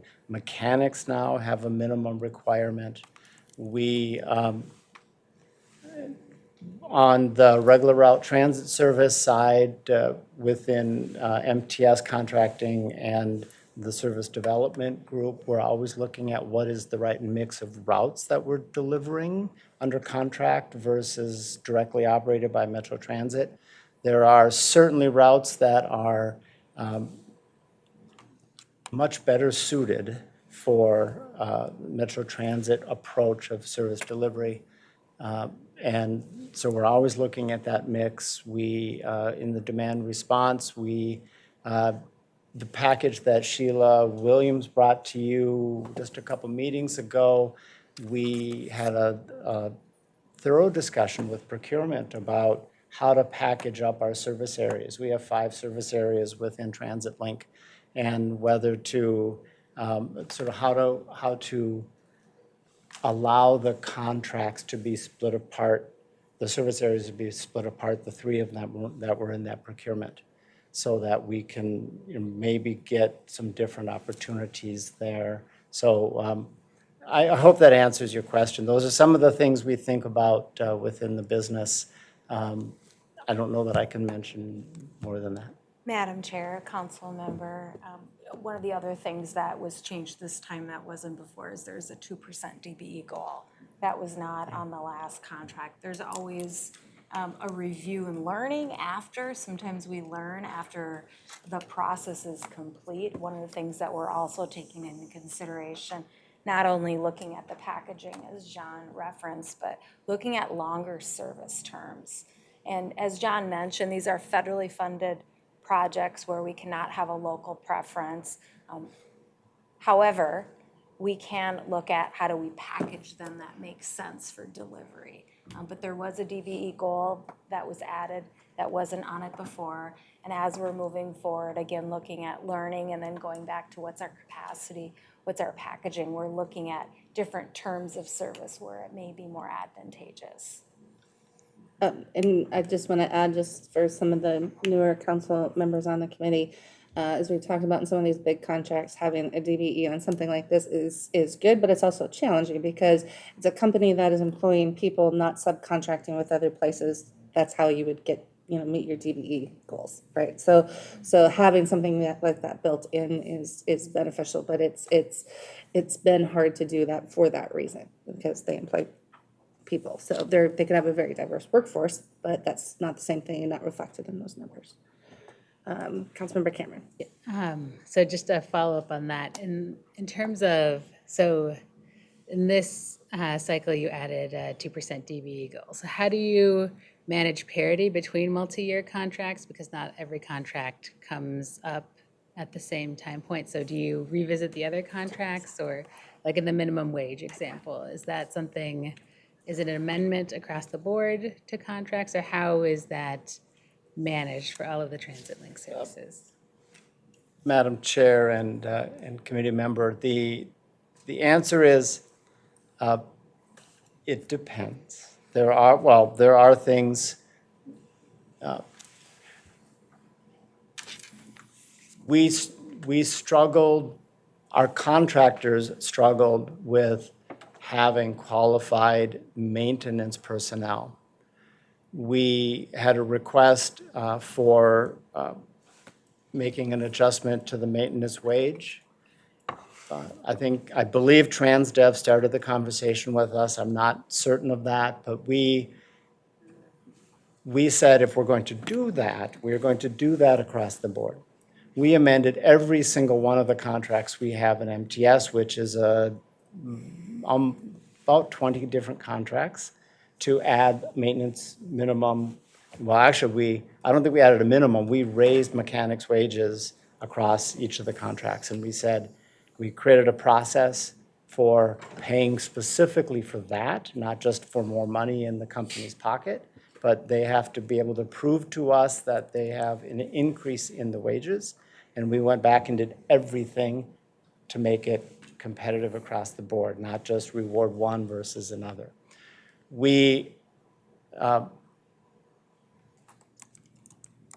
Some of our Metro Mobility contracts come up in a 5-year cycle. When we near that cycle time on a Metro Mobility service, we are looking at what is right to change within the contract terms. The regular route contracts that the one I'm bringing before you, we do these on a rolling basis, typically about one a year. We have 4 of them across 5-year contracts. And these are more iterative. What we have as terms in this contract might be a little bit different than the one that we procured a year ago or the one we procured a year before that. And so it depends is really the answer, but we're always looking at it. We have to be open and competitive because of the funding sources we use about it, and so we work through that with procurement and work through it in that way, if that helps. Yeah, okay. Thank you. All right, any additional questions? All right, seeing none, then if there's no others, I'd entertain a motion to approve business item 2025-179. Motion to approve. Moved by Councilmember Chambliss, second by Councilmember Obi-Sakin. Is there any other discussion? Seeing none, all those in favor say aye. Aye. Opposed, nay. Motion carries. Thank you, guys. And so, given the conversation, I would say for items to go non-consent, I think the first two items with the station redesigns, I think would be good for the full council to know, learn a little bit about, and the final item on the transit contract, if everyone agrees. So just the Metmo one would go. Is that okay? Very good. Now we're on to information items. We do have 3 information items. I know it is pushing closer to 6 o'clock, but we do have to get through all 3 of them tonight, just because of some timing, some issues coming up. So I hope you're willing to stay a little extra long, because we'll do our best. But I know the one Charles is giving is kind of meaty, so I would appreciate if you guys can hang in there for that. So the first one is our zero emissions bus transition plan annual report, and we have Carrie Desmond and Jeremiah Ryder here. Welcome.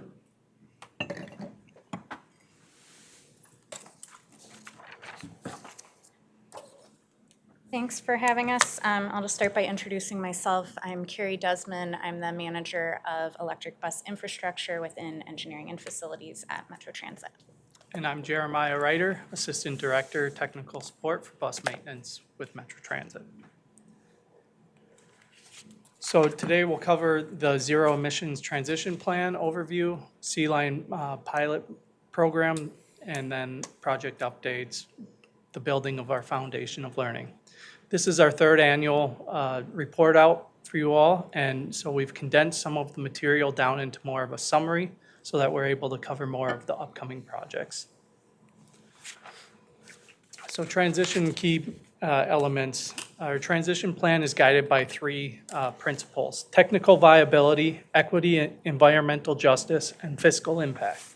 These principles are applied sequentially. The technology has to meet operational needs to provide reliable service to our customers. And next, we prioritize the deployments based on equity and environmental justice factors. And then finally, we recognize that there's a cost premium to this service. And we prioritize this based on fiscal impact to most utilize the investments the best we can.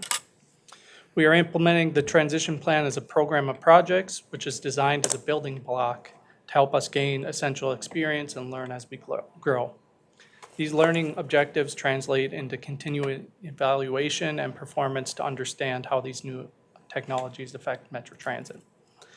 In the short term, we've set our procurement target goals as 20% of our 40-foot bus replacement will be purchased as electric through our 2025 through 2030 CIP. We also experienced that intentionally diversifying our short-term projects as smaller orders so that we're able to use these early years to gain the experience that the market has to offer. Future targets will be set after we've had the time to learn from these projects and incorporate that into our future going forward. Diving deeper into our key principles and how they interact with our KPIs, or our key performance indicators.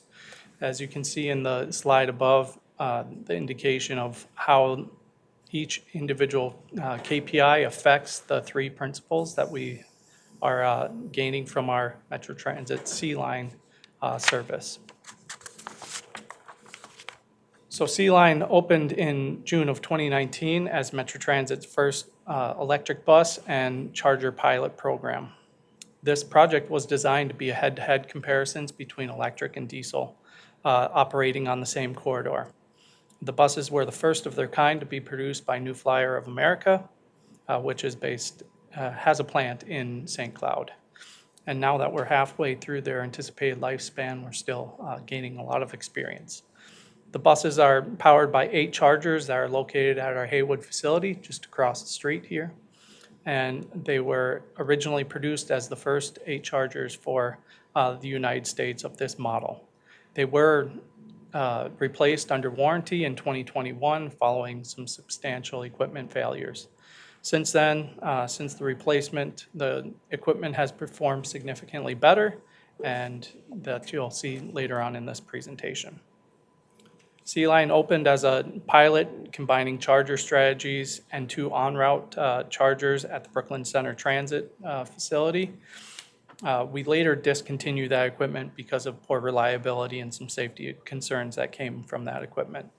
So as we're learning the different technologies and how they're working and the benefits or hindrances that we have to deploying that, it does help us form our future quite a bit better.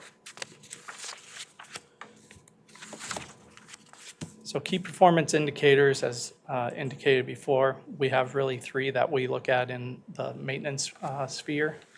And these are fleet mileage, bus availability, and bus reliability. Fleet mileage, we really look at how many miles the bus had driven in the year as the electric fleet, in comparisons to the planned amount of mileage. Bus availability looks at the portion of time in the year that the buses were available for use for that planned service. And then bus reliability considers the average distance in miles between unplanned maintenance that's needed for the vehicles. A higher number indicates higher reliability, when a lower number indicates lower reliability.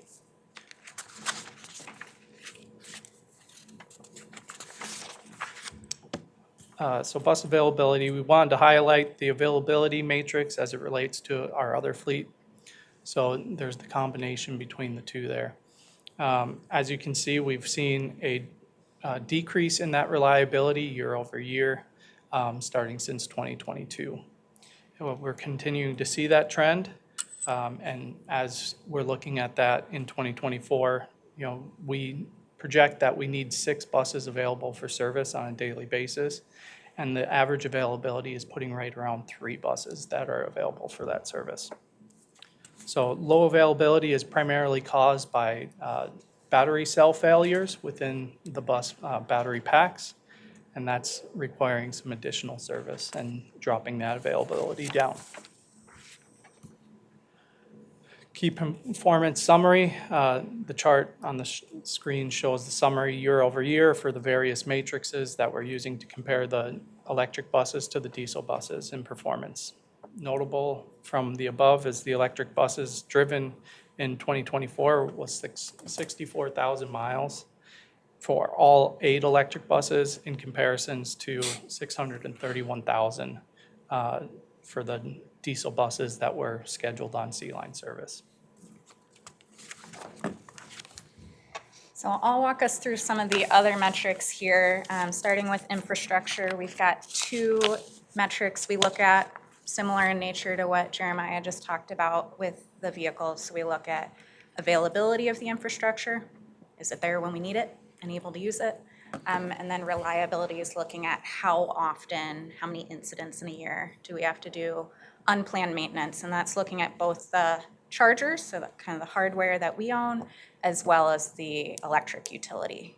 And that helps us understand how the system's performing and our ability to make reliable service. So looking at the results here, use the word infrastructure, not just charger. So just kind of looking at that graphic on the bottom of the screen helps you see all the different components we're talking about in the system. Good news here is since replacing equipment under warranty with a later generation model, we've had strong results with the chargers. They are meeting our needs for operations and significantly fewer incidents as well from a repair standpoint. We're also looking at the utility side of things, so very few power outages. Both of those you see in the last 2 years lasted less than 2 hours, each one of them. We also track the momentary disruptions, so think like when your lights flicker, but they don't actually go out.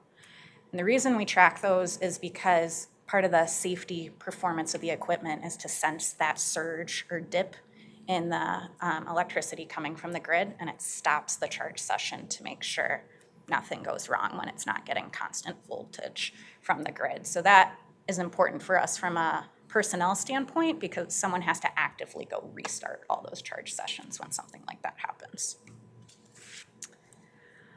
Looking at the environmental key performance indicators, we've got 2 here as well. The first one's looking at the environmental impact or benefit. So we're looking at greenhouse gas emission reductions compared to a baseline diesel fleet. We use a nationally recognized tool that's put together from Argonne National Labs to calculate that one. And then the other one we look at is equity and environmental justice, and it's looking at where we're operating these buses. And it'll become more interesting, I would say, when we start operating in regular route service and spread out through the system coming in 2026 compared to dedicated to a single route like we are right now. But this one's important because we co-created this methodology as part of our engagement process with community members. So it's really an accountability metric of how are we doing relative to what we came up with community members. And it also shows a commitment and an alignment with Imagine 2050's environmental justice framework and the Climate Action Work Plan's commitment to center environmental justice, that was a lot of syllables, in our climate work. So these all interact together with the larger plans of the council. So looking at the results, I kind of touched on this. Right now we're at 100% for equity and environmental justice because that's where Sea Line operates for those census tracts. But again, it'll be more important in the coming years. From a emissions reduction standpoint, for the 5.5 years of operating Sea Line, we've reduced emissions by 458 metric tons of carbon dioxide equivalents. You can see on the right side of the screen some comparisons to kind of what that amount equates to. What I want to note here is that's about a 17.5% reduction on a per mile basis compared to a diesel fleet, or about a 0.5 kilogram per mile. So about 95% of that difference is coming from the electricity source and how that electricity is being generated. This is also looking at just the fuel for our operations. It's not talking about things like increasing ridership and the sustainability benefit that comes with getting people onto transit and out of single occupancy cars. So that's something we're collaborating with the Climate Action Work Plan of how do we speak to the ridership element when we're talking about sustainability.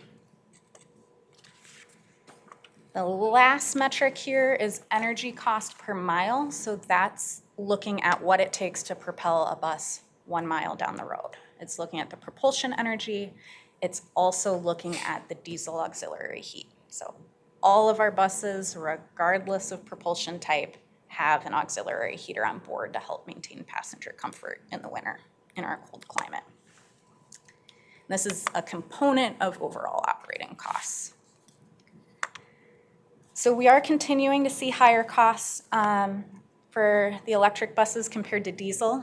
The good news here is we are seeing a decline over last year.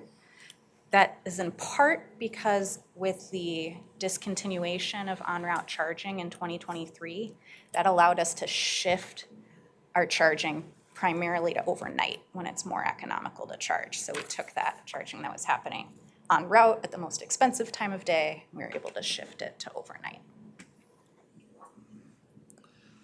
So I'm going to shift gears here to the last part of the presentation and just talk about some project updates. With any new technology, there's a lot to learn and gain experience with. And that's very much foundational to how we developed our transition plan. We recognize how much there is for us to learn, and so we're trying to bring multiple elements into each of these projects that build upon each other and help us learn. So we're bringing in the different things that allow us to provide that reliable service to our customers. We're looking at things like how different vehicle sizes perform, the service type, the fueling infrastructure, the software tools we use to help support operations, how we train our workforce, and bringing different facets of all of these elements into each project. So as I walk through some of the upcoming projects, I'm going to highlight kind of how these were designed to build upon each other.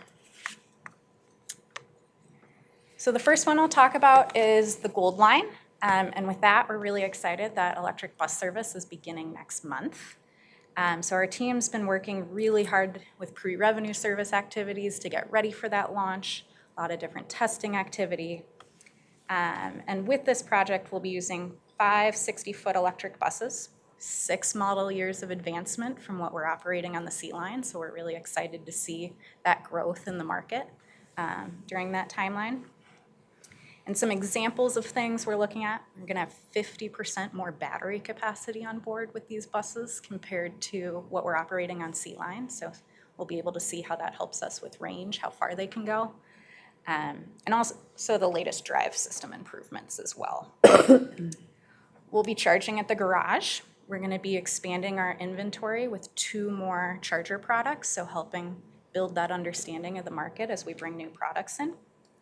Kind of our regular or routine charging will occur primarily overnight using the ABB chargers. And then we also will be trying out for the first time a mobile charger in the maintenance shop to help give more flexibility when our mechanics are working on things. It's also our first project where we're going to have multiple dispensers per charger, so multiple points where we can plug in. First project on dedicated guideway BRT. First one piloting charge management software, help us optimize our operations, better manage our energy consumption. You're going to get maybe a little sense of a theme here where I keep using the word first. There's a lot of things on these projects that we're trying out for the first time to help us learn. So the other project I'll highlight is coming in 2026. This will be our first time using 40-foot buses on urban local service.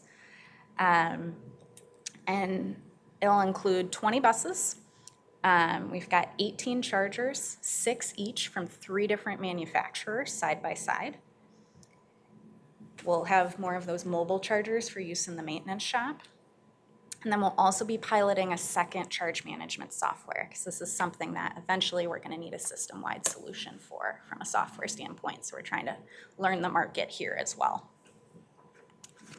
So I'm going to spend just a little more time on this project because it's really at the forefront of the industry. And it's going to serve as our testing and our training hub for the agency. As our newest facility, the North Loop Garage was purpose-built with electrification in mind. And it'll be one of the only, if not the only facility in North America that has this combination of equipment side by side to learn from. So I mentioned we'll be trying out multiple things, understand what the market has to offer, really work to deepen our knowledge as we train our workforce and inform how we develop specifications for future procurements. It's going to be challenging, but it's also really exciting. So some of the firsts, I mentioned it'll be our first time with 40-foot electric buses from Gillig. We'll be bringing in 2 additional charger products to the agency with this project. It'll be our first time operating regular route service with electric buses. We'll have our HASTIS scheduling software update in place, so our partners in service development will have the latest tools when it's coming to look at how do we schedule this service and get the best use out of this equipment. And it'll also be the first time we're running electric buses not on a dedicated route like we're doing with Sea Line or Gold Line, so really getting that experience more spread out through the system and applying that environmental justice methodology that we co-created with community members. So there's a lot ahead, there's a lot to learn, but we're really optimistic that's going to help set us up for the future. So the last thing I'll touch on here is, in addition to capital projects, we've also got the planning side of this program. So there's several supporting projects that are also occurring in parallel to help us refine our approach as we move forward with implementation. They're all identified in the 2025 update to the transition plan that many of you heard about earlier this year. So I'll just touch on a few. The first one I'll mention is the fire hazard analysis. So while they are rare, there have been instances of severe fires with battery electric buses. And so we're working on a hazard analysis to help us understand what other improvements do we need to do to our facilities, procedures, things of that nature. Understand things like vehicle spacing, what other fire and life safety improvements we need to do to our buildings. We're expecting results of that in 2026, and that'll help inform the scope of future projects. Thank you. Another key component is the service evaluation. So looking at more scenarios as we scale up of how taking the results from these first projects and how do we incorporate more vehicles into the fleet. Where do they operate? Things like that. We're also looking at the capacity of our facilities. So the space we need as we add more fueling infrastructure, the space between vehicles, what does that do to our overall system, and when might we need to expand facilities. And then the other one I'll mention is looking at different propulsion types. So helping us understand how different options in the future might help us meet our goals as well. So that was a lot really fast, but happy to take any questions. Councilmember Carter. Thank you. It was a lot, and I appreciate it. I wanted to just go back to the slide that spoke to the North Loop Garage. There's a bullet there that I didn't hear you spend a lot of time on. It's advanced workforce development. Could you expound on that? Absolutely. So I'll start and I'll let Jeremiah add on the mechanics side as well. But there's a few different elements here. One of the things with on the infrastructure side is by having multiple products, we've added training in all of our contracts from the manufacturers to help us learn about the different products. And with that allows our maintenance personnel to have a voice in future decision-making as well, because we look at the performance, but also the maintainability of the equipment. And so one of the things we've done this year actually is transition from contracted maintenance to starting to have our own electricians within engineering and facilities maintain this equipment. So we're working closely with them as we develop or review the training curriculum with the different manufacturers. Our electricians, as well as some of our engineering and construction staff, are going to be traveling to each of the factories to learn more over the shoulder in the factory, kind of what the testing and troubleshooting process is from the personnel that test the equipment when it's done with production. So just a few examples. Maybe you can touch on some of the mechanic elements. Yep, absolutely. I'll add to that. So our technician apprenticeship program is run out of the North Loop Garage. So having electric buses there will allow that group to get a little bit more hands-on quicker than waiting to go to the service garage to get that hands-on piece. We'll be able to integrate more of the electrification process into that program. And we are on our second cohort of that, looking to expand into our third cohort. So. Thank you very much. That's kind of what I was looking for. Appreciate it. Councilmember Obasaki. Thank you, Chair. Thank you for your presentation. I don't know if you heard me excited when you mentioned fire. I'm a former firefighter, so the first thing that went to my mind is, oh boy, battery explosions. I gotta ask her if it's happening. So thank you for being very forthcoming with that, and thank you I'm glad you're adding safety measures. I would love to talk more. I want to respect my council members and the next presenter, so I will be emailing you about that. That safety is a big thing of mine, so thank you for bringing that up. That's all.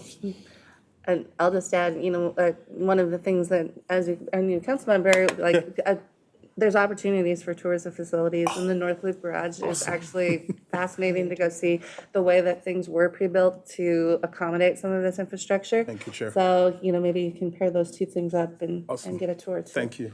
Great. Awesome. Thank you. Turn it back to you guys. Sorry.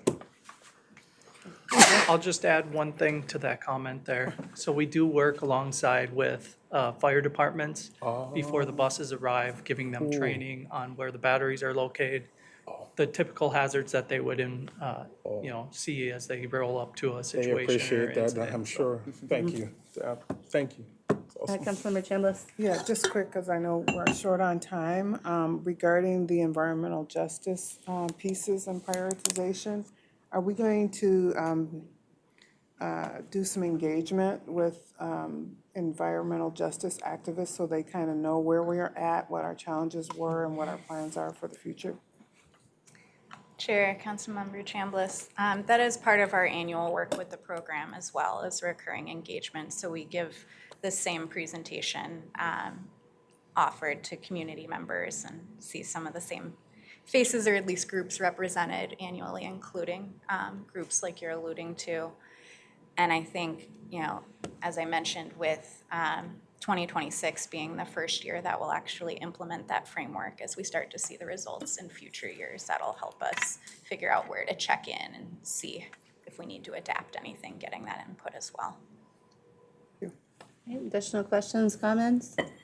I have a quick or just a comment. So I love that you are looking at a lot of different technology, and because I think that this is such a big space and it's changing so fast that looking at a wide range of technology will figure out what really is the best setup for us here.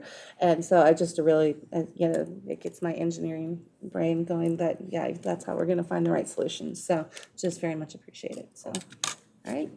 Cool. All right, thank you, guys. Thank you. All right, now we are on to our August service and state fair update. We have Adam Harrington, Amy Furman, and Jessica Cross. Welcome all. Good afternoon, Madam Chair, council members. My name is Jessica Cross. I'm the marketing project manager for the State Fair, and I'm here to talk to you about what's coming up for this year. And first, a little review for last year. We had 6 express sites, an almost 30% increase in ridership from 2023. The big news last year is a 60% increase on app tickets, which is not only the direction we want to go, it's cheaper and more convenient for our customers. It results in quicker boarding at the express sites. And I'll talk a little bit more about our fares and payment options. And then it started 8 a.m. service, weekend Labor Day start, and that was a change from the year before, which was 9 a.m. So service this year looks the same as last year.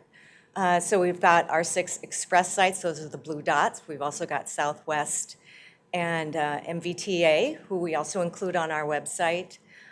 We also promote our regular route service, so the Metro A line on Snelling, Route 3 on Como, and then Route 61 on Larpenteur. Here we have the State Fair Transit Center. For if anybody doesn't know, it's on the west end of the fairgrounds, just to the west of the grandstand. And as you can see, we also share the space with the suburban providers. So our fares, they are also the same. $6 for cash payment. We do have ticket vending machines on site at the express sites, but they experience long lines and sometimes technical issues, although we do have staff on site. That's why we really encourage people to use the app. This year they can also use the Token Transit app, and you can see it's $5 instead of $6. Also this year, we'll give them the opportunity, if they don't want to download another app or they're from out of town, it doesn't make sense for them to download the app. If they've got Apple Pay or Google Pay, we will have signage at the sites where they can just scan a QR code and then pay using their Google Wallet. And again, that'll give them the $5 fare. Southwest and MBTA use their own app. Another thing that's new this year is that we will not be using eTix. For those of you who don't know, it was a third-party website where people could use their credit card to pay and would print out like a piece of paper that they would bring to the site, and we had special scanners. So again, you can imagine that took up a lot of time. They didn't always work. So thankfully, we're moving away from that. So you saw maybe a little bit of the campaign that we've got here. State Fair Fun starts here. And this is an example of what it might look like in a bus kiosk poster. State Fair, or Fair Fun starts here. We chose that as a tagline because if you've been on the buses or out at the express site, it really is part of the State Fair experience for our customers. And there's a lot of excitement, kids, strollers, so I think that people really think of it as part of the whole experience. And again, we'll be using a lot of our own assets to promote it. Social media, we do digital billboards and digital geofenced ads in the corridors that serve those park and rides. We're in the Star Tribune State Fair Guide, NPR underwriting. We do BIPOC media ads, and we work with our public relations folks to get the word out and some earned media. We are also at the fairgrounds. We are in the grandstand still, same spot on the western side, right inside the door. We're going to reuse that backlit exhibit that we used last year, which was showcasing the 4 transit lines that are opening this year and in the next few years. So it's still current. People really love that illustration. It's got lots of little details that people can see in their neighborhood, lots of Easter eggs to find. So we will be reusing that. And then we'll also be giving away fans with the same graphic that were really popular last year. We're also in the eco experience business. Rolling in Green is the title of the exhibit. We do that in partnership with MnDOT, and it highlights sustainable transportation options. So not only transit, but biking and walking and carpooling and van pooling. So we will still be there.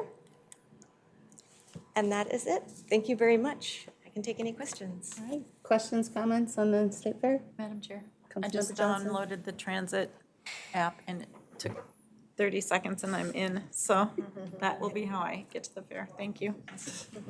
Like that. All right, Councilmember Cameron. I feel like this is a perennial question that I ask you all, and so I feel a duty to ask it on behalf of the public. So on the service map, there is, the service stations move further and further out. Can you talk about why that is and the justification around moving them not so concentrated within the immediate metro or the first ring suburban area? Yeah, Madam Chair, Council Member, it's a great question. These are the longer express routes that we've traditionally operated for the last 20 plus years. And the reason we don't have them closer is because we are an efficient operation from those locations, but also because the State Fair runs free shuttle service to those closer in locations as well. And of course, we have regular route service that serves the State Fair directly. And as was mentioned, the A line was very popular last year. Route 3 is very popular. So both of those lines will be supported with additional support like previous years. Councilmember Pacheco. Madam Chair, Councilmember, I was taking the bus, the shuttle from downtown for years, and now there is no bus in downtown. Why is that?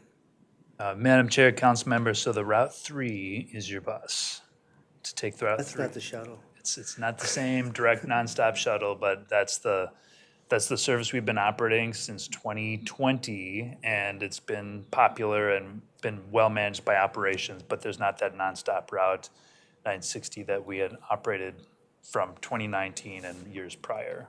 So one of the things that we're balancing too, and you're gonna hear a little bit more next, is what's our workforce availability, what's our bus fleet availability, and then how do we manage that on-street situation. So the other thing you'll note is that there aren't as many sites as there were in 2019 for kind of the same reason. So we're kind of incrementally moving up.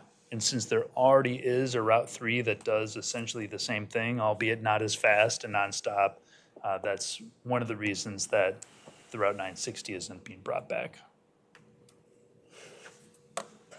He still wants the shuttle, but We all do, yeah. He'll have to just, Drive to Plymouth, you'll get the shuttle. he'll be okay. All right, any other questions or comments? Councilmember Cameron. I think Councilmember Pacheco perfectly illustrated my reason for asking my question. Are we, but to his point, how are we cross-communicating with the State Fair in terms of this replacement of service with State Fair shuttles where there are opportunities to be able to use an express service provided by the fair rather than by Metro Transit? How are we, is there cross-communication there so that people are, some people have been taking the exact same shuttle, not necessarily John, but others have been taking the exact same shuttle every year for 20 years. And so it is, we joke about it, but it also is a big shift in how people get to the fair. Mm-hmm. I can answer that, Madam Chair, Council Member. We do link to the State Fair information on our website. And the State Fair is also present at all of our planning meetings that we have. So, yeah, and I don't know everything about those free lots run by the State Fair, but I think they're pretty constant over the years. So I think if somebody is used to going to that church parking lot, to get that bus or the U of M or where they have the other ones, I think those are still, I think they're pretty constant. Yeah, Madam Chair, Council Member, also add that if you go to the Minnesota State Fair website, they do layer those two things together so you can see what those options are closer to the fair. There's a lot of them are within a mile or two because they're trying to manage the traffic congestion. And it has not deterred people from riding the A line or Route 3 based on their experience the last couple of years. So it's still a good option.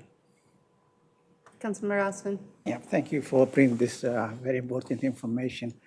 I'm just wondering, we have an increase of almost 30% from 2023. How this number does comparing to the pre-COVID numbers? You don't have it right now, it's okay. Yeah, Madam Chair, Council Member, I don't have those numbers in front of me, but I can get them for you. But pre-COVID, how many sites did we run? I mean, it was probably, 10. What? 10. You know, so we're running at 2/3 And now we have 6, now. huh? And during COVID, you know, there were capacity limits, right? There were mask requirements. There were only 4 sites? 3 maybe, and then it went up to 4. So it's quite a bit more. It's growing. Clearly, it's growing every year. You know, you create the service and people will use it. Thank you. Councilmember Johnson. Thank you, and just briefly, I appreciate the suburban spots, because if we are not on a shuttle, we are driving, and a whole bunch of us are driving. I mean, if you go from Maple Grove down to Eden Prairie, there's probably over 250,000 people living in those communities that certainly Southwest has their act together. I'm not saying that the other providers don't, but they're very good, so they've got their own service. But it's huge for us out there. Otherwise, we would be hours trying to figure out the local provider into Metro Transit, and people won't do that, and especially if they've got kids in tow. But the buses are full, both coming and going. And the new layout at the fair, I don't know how new it is, but it's wonderful, and being able to get in and out, the buses keep moving. So just on behalf of the suburban community and the whole region, I know you guys have a lot to balance there, and you do that with data and analysis on who's riding what, but a lot more cars would be on the road. A lot more cars would be on the road if we didn't have that shuttle service out in the burbs, so thank you. Okay, any additional questions on this part? All right, back to you guys. Thank you, Madam Chair, council members. Go back. Jason, can you pull the PowerPoint back up? So I'm Adam Harrington. I'm the Director of Service Development at Metro Transit. I'm going to give you a little bit of an overview of the changes that we'll be implementing in August. And there are a lot of great success stories here. I'm going to actually start with this. This is a map of all the routes that are having major changes. All of the blue ones, of which there are about 28 routes, are having some kind of service increase, frequency increase, span of service increase. And there are 3 routes that are being discontinued in accordance with the Network Now framework that the council adopted earlier this year. So we're in a really good position to continue to grow. That's a 5% increase over June levels, and a 30% of all of the Network Now framework expansion that was identified in that plan. So we're making really good progress here and excited about what we're able to provide for August. It's a challenge this year for everybody at Metro Transit, implementing Gold Line, B Line, this level of improvements in August, and E Line in December, but we're up to the challenge, and it's been an exciting year. Back up. This is a notable, important slide here. It's the first time we've gone above 100% in terms of service level for our local bus and our BRT service, in-service hours. So we've tipped that point, and we've got a lot of really great offerings.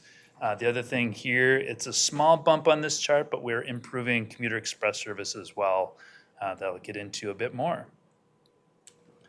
So within Network Now, we identified better serving those primary freeway corridors around the region. And you'll recall that we ended up discontinuing a number of routes that were smaller and more neighborhood oriented. And this is really designed to draw customers to those larger facilities on the primary freeways with large volumes of service. So in order to do that, we're adding hourly midday service on 3 corridors in August, the Route 250, 768, and 850. Those are some of the largest facilities that we have in the North Metro. We're improving frequency in the rush hour on many routes to every 15 minutes. And in the 394 corridor, existing Route 645 that runs all day, we're doubling the service there to go every half hour as well. We're also restoring Route 134 on Cleveland and St. Paul to downtown Minneapolis, and reverse commute trips on 765 out to Target and Brooklyn Park. Long list of improvements here. Suffice to say that most of this is frequency improvements. We've got better 10-minute frequency on Route 18, so now 7 days a week there'll be 10-minute frequency on that route. We're extending Route 6 to Westgate, the future E-line station, where we have better operator facilities and really kind of laying the groundwork for E-line in December. Route 61, better bus routes for faster, more reliable service, and a number of other areas where we're improving frequency. One note on this slide that I won't be coming back to is in October, we're hoping to extend the span of our 12-minute frequency service on an LRT to earlier in the morning. Right now, it starts between about 9:30 and 10:30, depending on where you are. We're going to increase that span to about 7 a.m. so we can catch the rush hour trips and the U of M volume that we're starting to see now again. Route 61 is our latest better bus route. We've implemented a number of these across the system, and it's really our leaner approach to doing BRT. Where can we make improvements on the operating environment? How can we improve the bus stop spacing to make it a more reliable, faster ride for our customers? And at the same time, we implement new customer amenities, shelters for waiting on, ADA pads for improved mobility. And that's true here as well. There are trade-offs, whether it's bus stop spacing, how far someone might have to work or walk to those stops. But again, improving the facility and frequency helps offset that.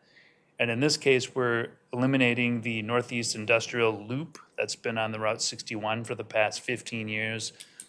During that time, we've also added a new Route 30 about 10 years ago that traverses through the Northeast Industrial Park every half hour. So we're making that connection happen with the Route 61, and that'll improve actually all-day service to that area. Bloomington and Edina is a big focus from Network Now. It's a lot of restructuring that was proposed, and we're actually moving forward and implementing it. It's going to be more convenient for customers by improving the frequency at a consistent level of every half hour through the middle of the day on nearly all of the routes except for one, which will be hourly instead of alternating 60 to 120 minutes between trips. So it's a big improvement there. We continue to anchor on Normandale Community College, 98th Street Station, Mall of America, Southdale. So those connections are preserved.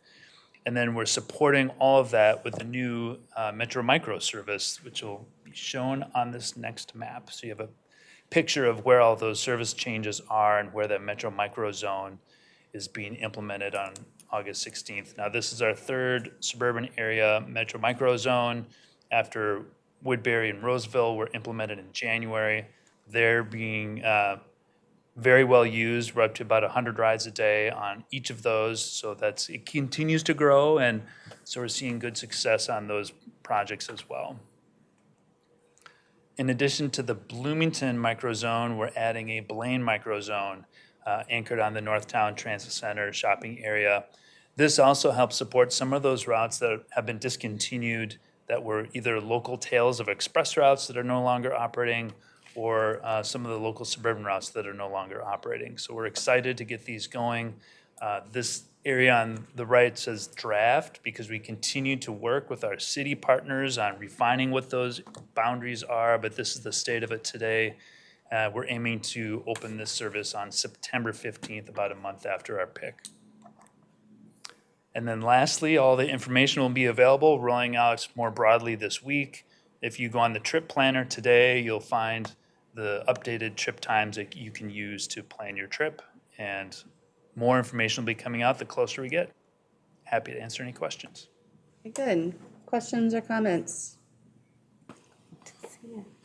Just say thank you. I'm excited to hear the update about the suburban micro transit and how those two new sites are working. So, and it'll be very nice. That one in Bloomington's not so far from my home, so I have to remember that. But if there's no other questions, all right. Thank you, guys. Appreciate it.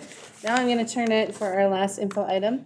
It's the transit funding allocation policy update. We have Charles here to present. And I expect you all to be able to recite all the numbers when we're done. Thank you, Madam Chair. Thanks, council members. The topic that we'll present here today is a complex one. It's one that's changed over 40 years of law and history and funding sources. We could do a funding presentation every meeting and still not really get into the depth, so I'm not going to try to do that, or especially given the time, to do that tonight. So we did want to share it because we have begun conversation on this topic with this very presentation, as well as some supplemental information with suburban transit providers in the region before this comes as a council policy decision later this summer or into September. So because those conversations are beginning, wanted to make sure that we shared it with you tonight. We'll also be sharing this with the Transportation Advisory Board on Wednesday. So conversation is underway.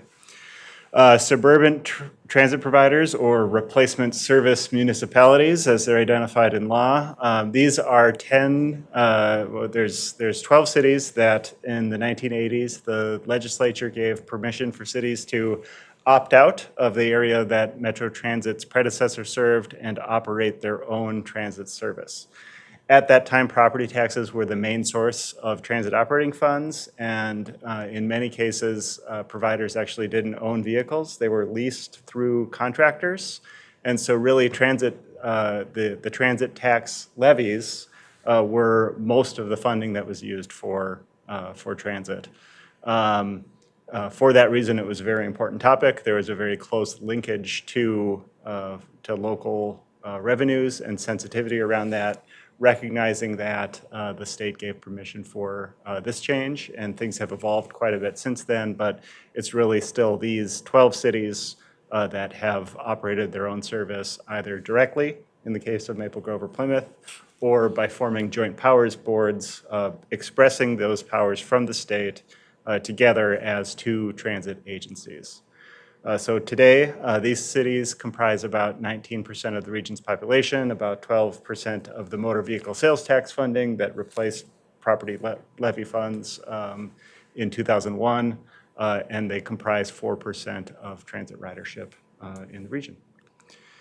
Our funding allocation policy is a policy that existed. The council adopted part one of an update last December. What that did is said we should look long-term when we're making allocation decisions. It said the council will express its priorities by adopting an annual budget.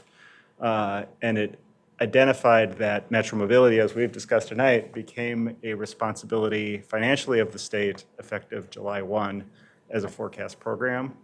So that we reflected that process in our policy last December. We also point at how we allocate federal dollars. We didn't change that in December. We pointed at a business item from 2001 that specified how we would do that we've been working with since. And we set an interim sales tax for the providers. What we will do through this new policy is reflect that 25-year projection. We'll allocate some remaining levy funds to suburban providers when we're issued to access those funds. We will update those 5307 federal funds, not by pointing at a business item from 25 years ago, but by adopting something that is actually in council policy.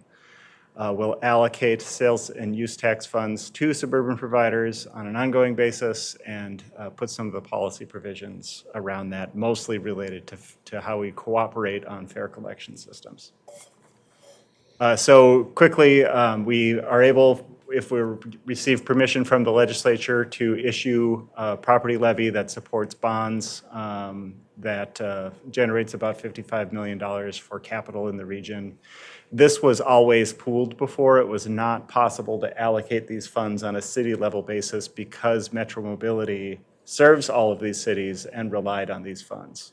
That is no longer the case. Metro Mobility receives its capital match from the state, it opens the door to allocating these dollars out to these 12 cities for transit purposes when we have permission to access the funds. So that would be about a $13 million shift. Instead of being pooled for purchases, would be issued for transit purposes to these cities. Madam Chair, just briefly, and it's going to the cities, not the transit authorities themselves, correct? Madam Chair, it would go to either the city when they operate their own service, like Plymouth or Maple Grove, or the key is that it's only for transit purposes. Right. And whether it's the joint powers providers or the cities, it'd be used only for transit purposes. Unlike the council, because we'd issue this not as RTC, but as some other funding source, they also would have permission to use it for either capital or operating, whereas the council is restricted in our use of this fund to capital only.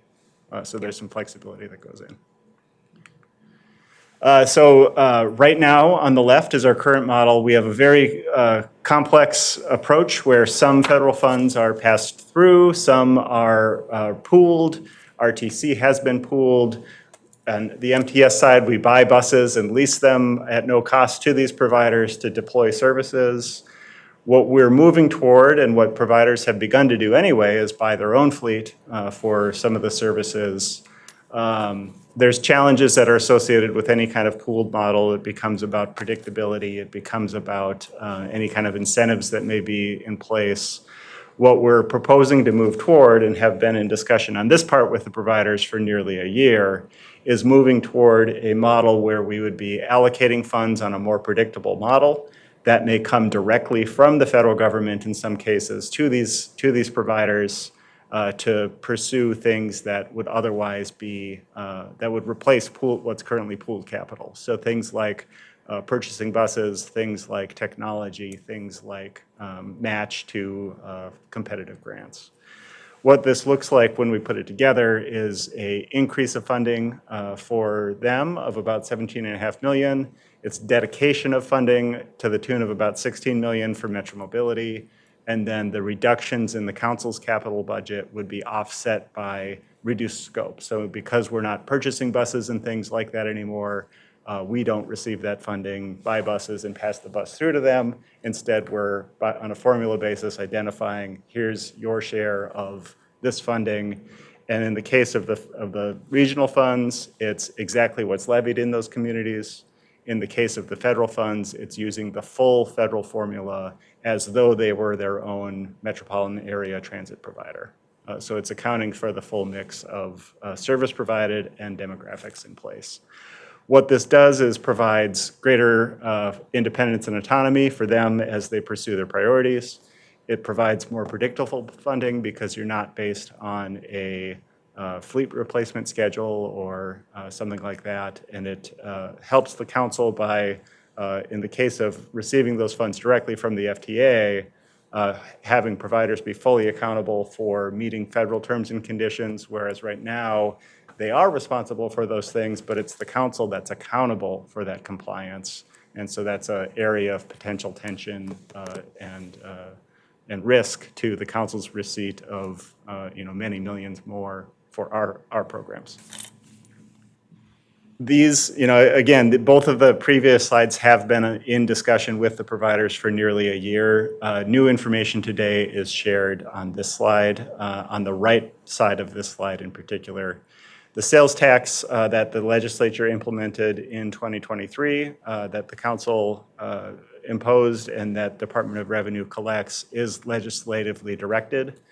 The council receives 83%, counties receive 17% of the sales tax that must go towards specific uses shown on the slide. The council's share is 5% for active transportation by the Transportation Advisory Board. 95% is for transit purposes. So that's all identified in law. The work that is reflected here is evaluating of these funding sources.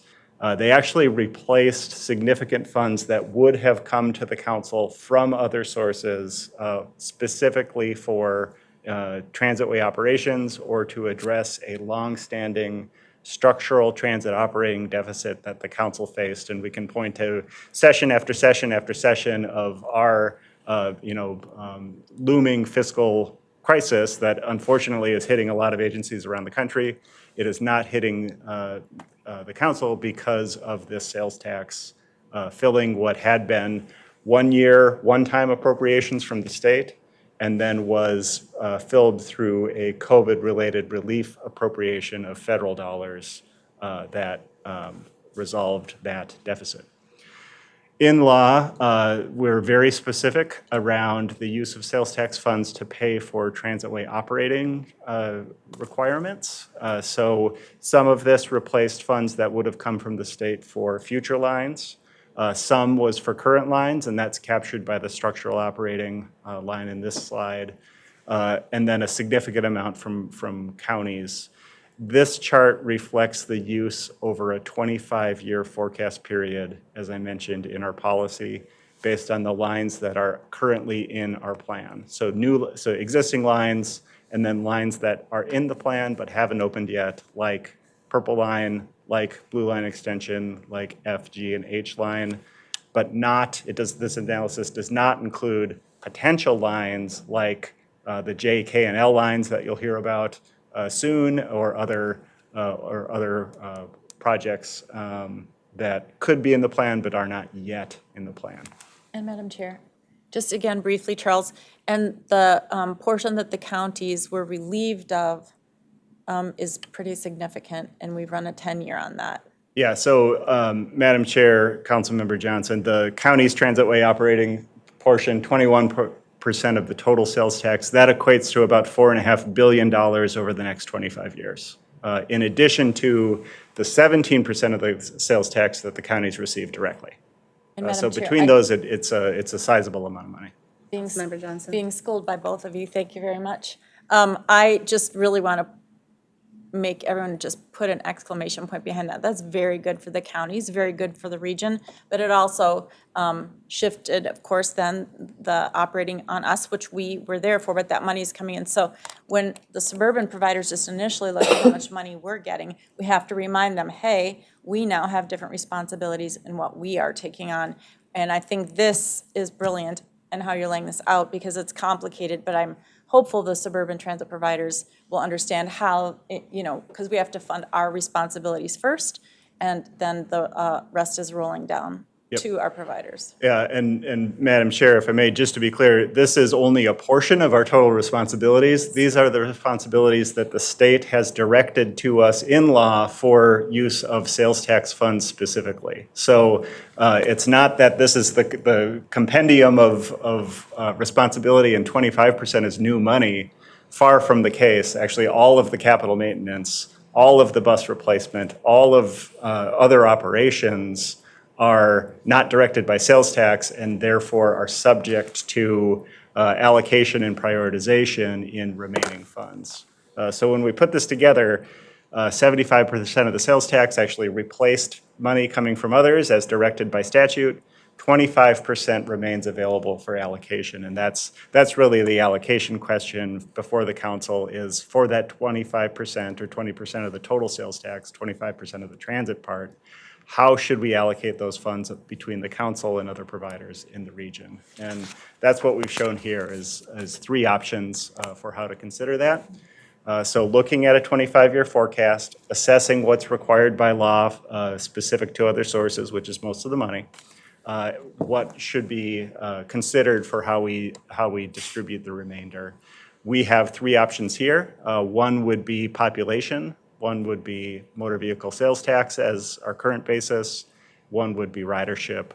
When we take that and split it out on those metrics, the suburban providers would receive between 1 and 4.5%, with considerable variation in that.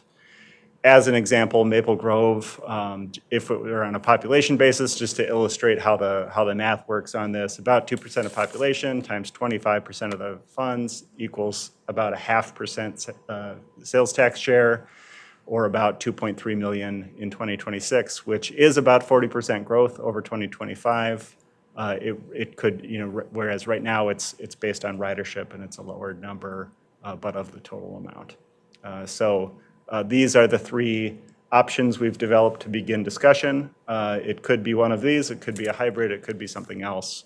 But wanted to share with you how we got to what's being allocated and then what the allocation basis of that amount could be as we develop this policy further.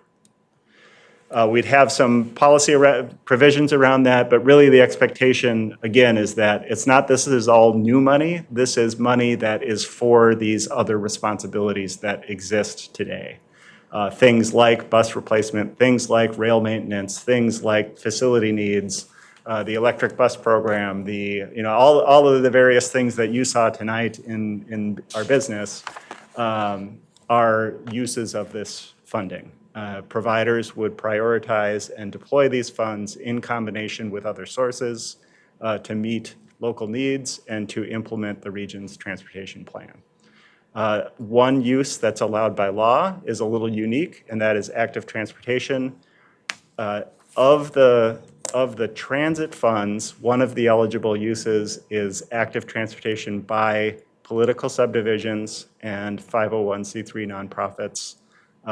One way that we could accomplish the legal requirement to spend money on that is by enabling use by these cities to spend it on this purpose, and some plan to do just that.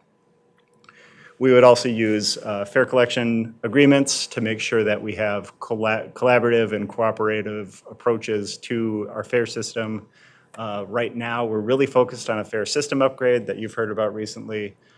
So we won't have all the details of this in our policy, but we will be pursuing this in the year to come. When we put these different funding sources and changes together, this is an estimate of funding. In blue on the left is if it were population-based, in green on the right if it were motor vehicle sales tax as the proportions that we use. You can see that collectively it's between 90 and 97 million per year per provider, and this would come on a predictable basis is the intent by adopting a policy.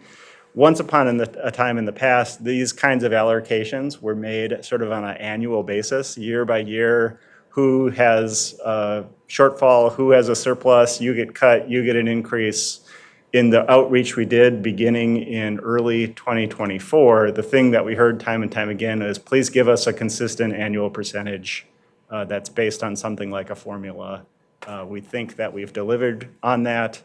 It is not at the level that I think some providers would like. We know from bills introduced that there's roughly a 12% claim in introduced legislation on sales tax funds, and that's not even all of the providers, whereas these options are up to 4.5% or thereabouts.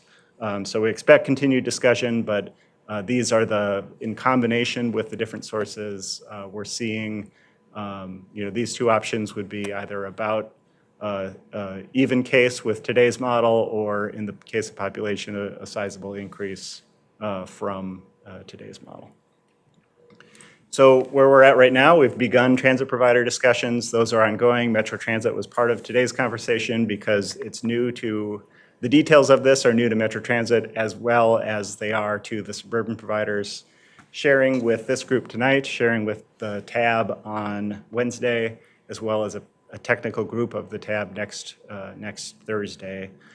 This allows for digestion, it allows for public input, it allows for provider input over the next month or so, with the aim to bring a final policy before committee of the whole as an information item later in August, and then adoption to begin with this committee late August, adoption by the council in September, so that we can develop 2026 budgets based on this new approach, and so can suburban providers, and then have these become effective and ongoing with 2026 collections. So with appreciation for the committee for hanging around, Madam Chair, I'd be happy to answer any questions. Thank you. Councilmember Chambliss. Okay, thank you. I'm getting my head around this a little bit better now that I've seen it a few more times. So for the decision on the population versus the motor vehicle sales tax-based distribution option, the transit providers are going to discuss discuss these options first. And then when it comes to the Met Council for approval after the public and provider input, are we going to be, what decision is the council going to be making? Is it going to be choosing between the population and motor vehicle options? Madam Chair, these are two options that we've developed to share. It's certainly, as we get input from providers, our recommended approach could be one of these. It could be a different approach, but these are the ones that we're using to elicit feedback and advance conversation. Okay. The package that we bring to the council would be these 5 things put together. So, reflecting the new forecast, doing that allocation, which is number 4 on this list, but also the federal and local property levy allocations, all of these things would be together part of that policy update. And I'll add too, I think part of it is the intention to, on our side, know where all the money is going and how it's looking over the next 25 years, but still there's certainty for the providers as they're doing their budgeting. So they'll know, like, once we put something into policy this fall, that this is what they can expect going forward. And Madam Chair, to that point, I think it's really important too, I'm never going to say never that they won't go to the legislature and be on opposite sides of us, but we meet with them, Deb and I meet with them on a monthly basis, the electeds on the group, the Suburban Transit Association, to keep good relationships going. But also, I think a lot of it is that predictability and just understanding the deep layers of how we get to our numbers, because it's complex, right? And that trust is really important in that. And I just want to thank you, Charles. This is, because I've been doing this discussion since 1997. So this is amazing, because I think, the input is going to be important. And I would say of the 3 options, if you're a suburban provider, you're going to always look at population and MBEST sales first, because ridership in the burbs is just not what it is for the rest of the system. So they're just, I don't think they'll go to that. But whatever they might come up with in between. And I would also say the suburban providers aren't always of one mindset. So I think that, they'll look at their own systems first. And then Charles, again, has a direct relationship. Deb's always the first call for help, I think, to get answers when they need them. But I love this approach. It's very complex. I love that you're going back to the beginning and not just going back a few years and building off of something that was. And the bill that they introduced, or the bill that they introduced a few sessions ago because this, that, or the other thing was going on and they got earmarked money. That stuff might still happen, but I think this will really give some certainty for both parties as we try to build out transit in the region. So thank you.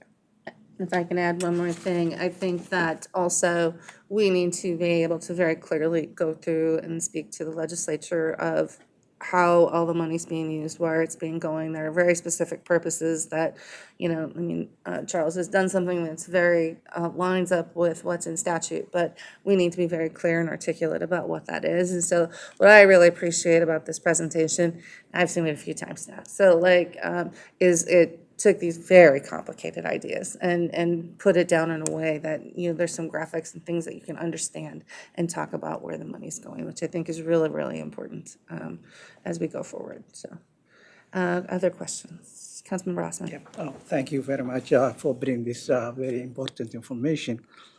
I'm just wondering, regardless of what option we gonna decide later on, they will take also the responsibility of the whatever we used to do with this money, right?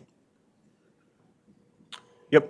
Yeah, so this will replace what's currently kind of a complicated pooled model of funding where we actually have purchased buses, and so this approach replaces that approach.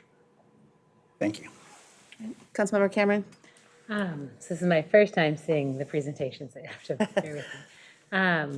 Really, I think what jumps out to me is kind of to Councilmember Osman's question, the 5307, removal of the sub-grants. Can you talk a little bit more about that and the justification behind it? Yep. So as the Met Council is what's called the designated recipient of federal funds for this funding source. Within that role as, the one designated recipient of those funds designated by the governor, we have the option to either split the fund. We have a responsibility to split the funds amongst transit providers. We're proposing to do that using the federal formula. So it's pretty straightforward. A lot of regions might do it a different, more complicated way. We propose to do it using the federal formula. When we do that, we can allocate the funds through subrecipient agreements like we currently do, or we pass them through as non-federal funds. Or we can indicate to FTA that this provider will receive these funds directly. And so that's what we'd be doing in cases where we are not the transit provider. We would be designating these funds that the transit provider would receive it directly from FTA, but at the amount that we specify through what's called a split letter that says this provider this much, that provider that much, because that's our role as the designated recipient. Okay, so in the new model, we're not losing that responsibility that is maintained within the council's designation. Right, yes. Okay. We remain the designated recipient under any circumstance. Okay, great, thank you. Any additional questions, comments? I'm sure there will be more, so this is a lot of information. Printed it out, it's going in the Yeah, briefcase. it is a lot of information, so by all means, please reach out because it's very important that we all can communicate ourselves about this because this is, we were given funding that supports all the work that we're doing, but we need to be able to talk about how that money is being used.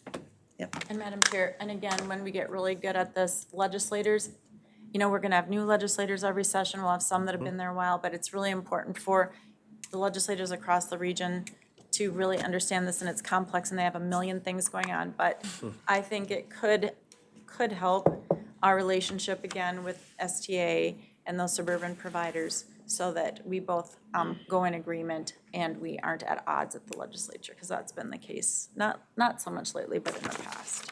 And that would be great. Okay, anything else? All right, get in touch with any questions. All right, thank you so much for sticking around a little bit longer. I have a couple of final quick comments and just want to, I wasn't able to make the last meetings in June because I was traveling out west to see my family. So just a couple of things. First, for Speaker Hortman, she was someone who's obviously very wonderful, and it's a huge hole at the top of our great Minnesota. But I always would joke that she was either chewing me out or cheering me on, and it's very true. I don't need to elaborate too much, but just to say that, really to stand up her legacy. We just talked about all the money we got. I mean, this is in no small measure thankful to her.